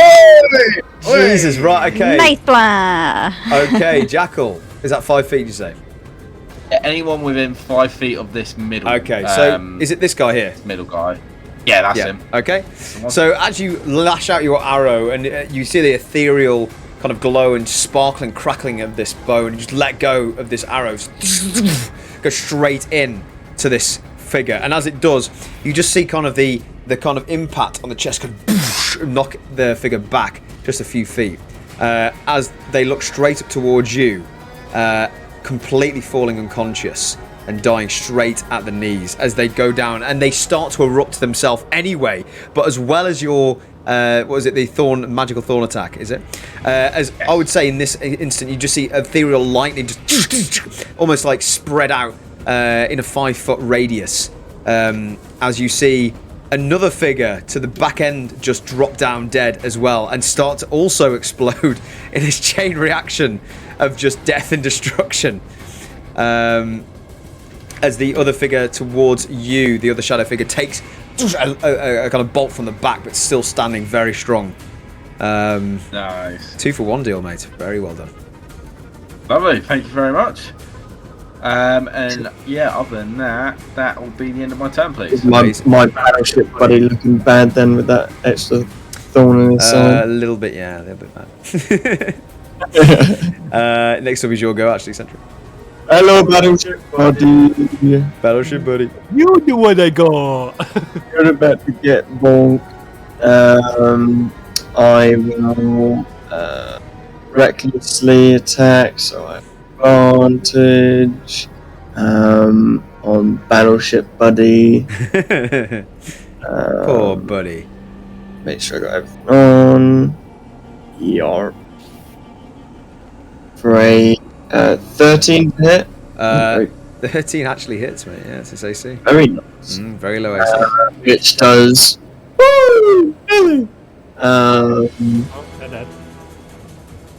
37 damage. Yeah, how do you want to do this? Nice. Radiant as well, just in case that makes any difference. Yeah. Just cleave straight through and look for the next. No thought given to him. Okay. First off, I'd like you to make a DC saving throw of 12, please. Of what? Just make a DC dex saving throw. Dex, cool. I have advantage, danger sense. Absolutely. Doesn't matter. What? Wow, 6. That is a fail. You take as you see the familiar shadow come up from the ground and from its figure as it's almost spontaneously combusting into itself. Double 6. You take a 6 points of necrotic damage straight to your side as it latches on just before it kind of conks out and falls down onto 2 knees. You see the the green glow coming from its chest again. I would like you to make another dexterity saving throw, please. Yeah.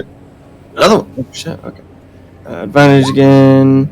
16. 16, that passes. As you see the figure trying to just almost self-implode and self-explode at the same time as you just dodge out the way of this extra necrotic spike of damage that doesn't go around you. Lovely. Continue the rest of you. Absolutely. He died, so bonus action. Get to hit this guy here. Okay. Still with advantage. Expect this the whole time. 13 to hit. 13 absolutely hits. Yeah, reroll the damage die in case it makes any difference. Oh! Thank you!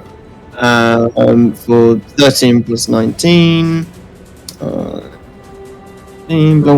32. How do you want to do this on this guy? Same again. Yeah. Wave up through. Look for the next. Straight down. Just a bit of snow spools up. I'd like you to make a DC. Another dex saving throw, please.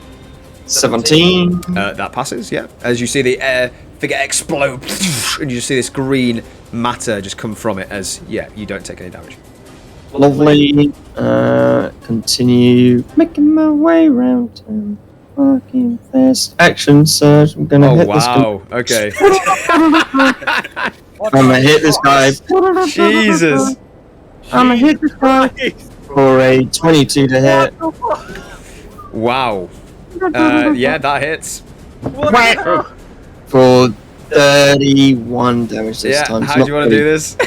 Again, I'm just gonna, cleave up through him and just look at them. Fighting shadow creatures and sentries chopping down trees. Oh, sorry. Could it have been this guy here? Because he looked more. I'll leave them on. Okay. Yeah, sure. I would like you to make another dex save. Just while you're there. Yeah. Advantage still. 21. That saves. Yeah. No damage taken. Lovely. MVP. Oh my god. Done. I will finish my go by moving the rest of my movement here. Okay. Done. Absolutely, not a problem at all. Wow. Amazing go. Probably the most kills in one session. That's insane. That was one turn. Top of the turn. Oakland, you're up. Oh, just by my reading of my book and stuff about mutations specifically, would I have an inkling that these guys would be in any way resistant to psychic and necrotic? You wouldn't know from that book. Got no inkling. Make it an It's about mutations. I'm also thinking back from the manor. I can't remember if last time if you hit him with anything necrotic. So I'm trying to remember, but then obviously I did a. I've Make a literally just history done check a with study. disadvantage because you might have knowledge about this, but because it's an entity you're unsure of, you don't actually. It's a 9 anyway, so it don't matter. No. Okay, so there's 2 left. Which will probably die within the next 5 seconds. Probably. Yeah. One. Bless them. creature. They're already trying to do their jobs. God. One of them did their jobs. Cool. I'm going to go here, so I can see them both within range, and I'm going to fire Scorching Ray. But I'm going to fire 4 bolts, so I already get 3 rays of fire, and I'm Okay. going to add an additional ray. Yeah. So they have 2 each. No problem. Okay, make those. Is it a save or a attack roll? I think it's Attack isn't it? roll. Yeah. Okay, make an attack roll. You could hold them. Is that 4 attack rolls or 1? Yeah, I believe so. Okay, make 4 attack rolls On a And hit. Okay. and then do the damage.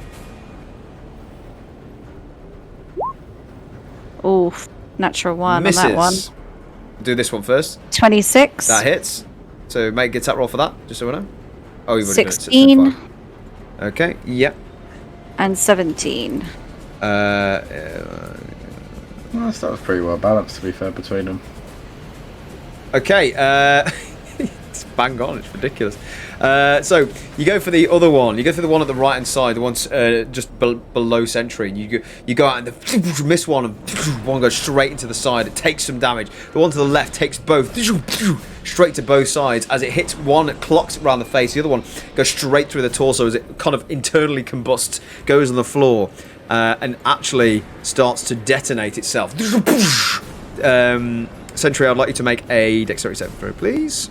Shall we? So good, advantage 14. That unfortunately doesn't pass. Fail. That's fine. Doesn't matter, it's not that much. What is it? Sentry goes down. 12 necrotic damage. As you get the flesh just ooze into your skin and it kind of, one of your plates, and it kind of just almost corrupts the plate and it twinges and cracks. Yeah. That's fine. Yeah. The other one is looking very rough. Yes. Cool. I will leave that one for someone else to kill. I mean, Otherwise it Sayer's would up. be so unfair. So, end of my turn. Sayer, you are prone. What would you like to do? Can I take a drink of a potion? I mean, of course you can. Yeah. Do you want to stand up and do it, or do you want to do it on the floor? Up to you. I'll stand up and do it. Okay, half your movement, stand up, 15 feet. And or if it's 40, it's 20. And take your potion, yeah. Roll the heal damage. Or heal damage? Healing damage. What is That's it for? the most oxymoron thing. What is it for a normal potion? Normal potion is... Everyone knows before me. 2d4 plus 2. 2d4? Okay. 2d4 Yeah, plus 2, yeah. I got 6 more health. Okay, add that to your total, please. Good. Plus 2, so 6, Ollie. Yeah. Yeah. Thank you. I thought you said 4. Your wounds start to slowly close up, especially the broken jaw that you felt earlier starts to right itself. Baba! Okay. Are you doing anything else with your turn? That's your action. I'll say that's a bonus action. It's a bonus action to take healing potions. 15 feet of movement. You still got an action. Okay, I'm gonna pop over to this boy. You can't because you've got 15 feet. I believe. No, I got 20 feet. 20 feet. Oh, brilliant. Nice. Cool, yeah, you can do that. And Yep. you an attack action. Absolutely. Go for it. 21 to hit. Ah, of course he does. As you go straight up with your rapier. How do you want to do this on this last one? Yay! I'm not useless! I did something this fight! Sayer's clearly pissed off at himself that he just kind of ran in and got himself almost killed. So he kind of takes Some would his say anger a out. lesson. Yeah, shut up. he cuts off his head, which would have just killed it. Then he's like, "You fucking!" He just keeps like, yeah. Okay. And as you're doing, you're carving into it. Its body's just kind of going with the motion. You just see kind of the necrotic energy build up straight in within it, and it's about to explode. Would you like to make a dexterity saving throw? Are you there? You could go back down for this. I go back now. To me, Athena, and Sentry have to make one as well. Yeah, I just made one. 16. Athena and you, Jackal. Yeah, you're both there. Yeah. I got 16. That passes. For Jackal, 22. Passes. For Athena, 23. Passes. Everyone managed to get out of the way. So as you all see this kind of just slash and just dive straight in, as you see a pissed off Sayer just go straight up towards it. As it kind of starts to explode, everyone just dives out of the way of this last thing just exploding. Just see guts and all sorts of debris everywhere as it stains the snow. And you take in your surroundings, and guys, you have beaten them this turn. As we are out of combat. Oh. Congratulations. You got combat! So, I will say, just for this, and just for, as it's a nice place to kind of come to a conclusion.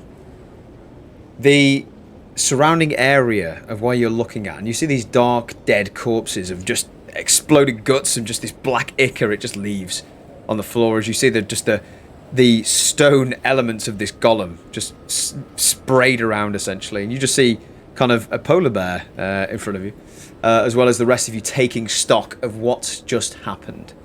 I would like everyone just to make perception checks, please, just very quickly before we go any further.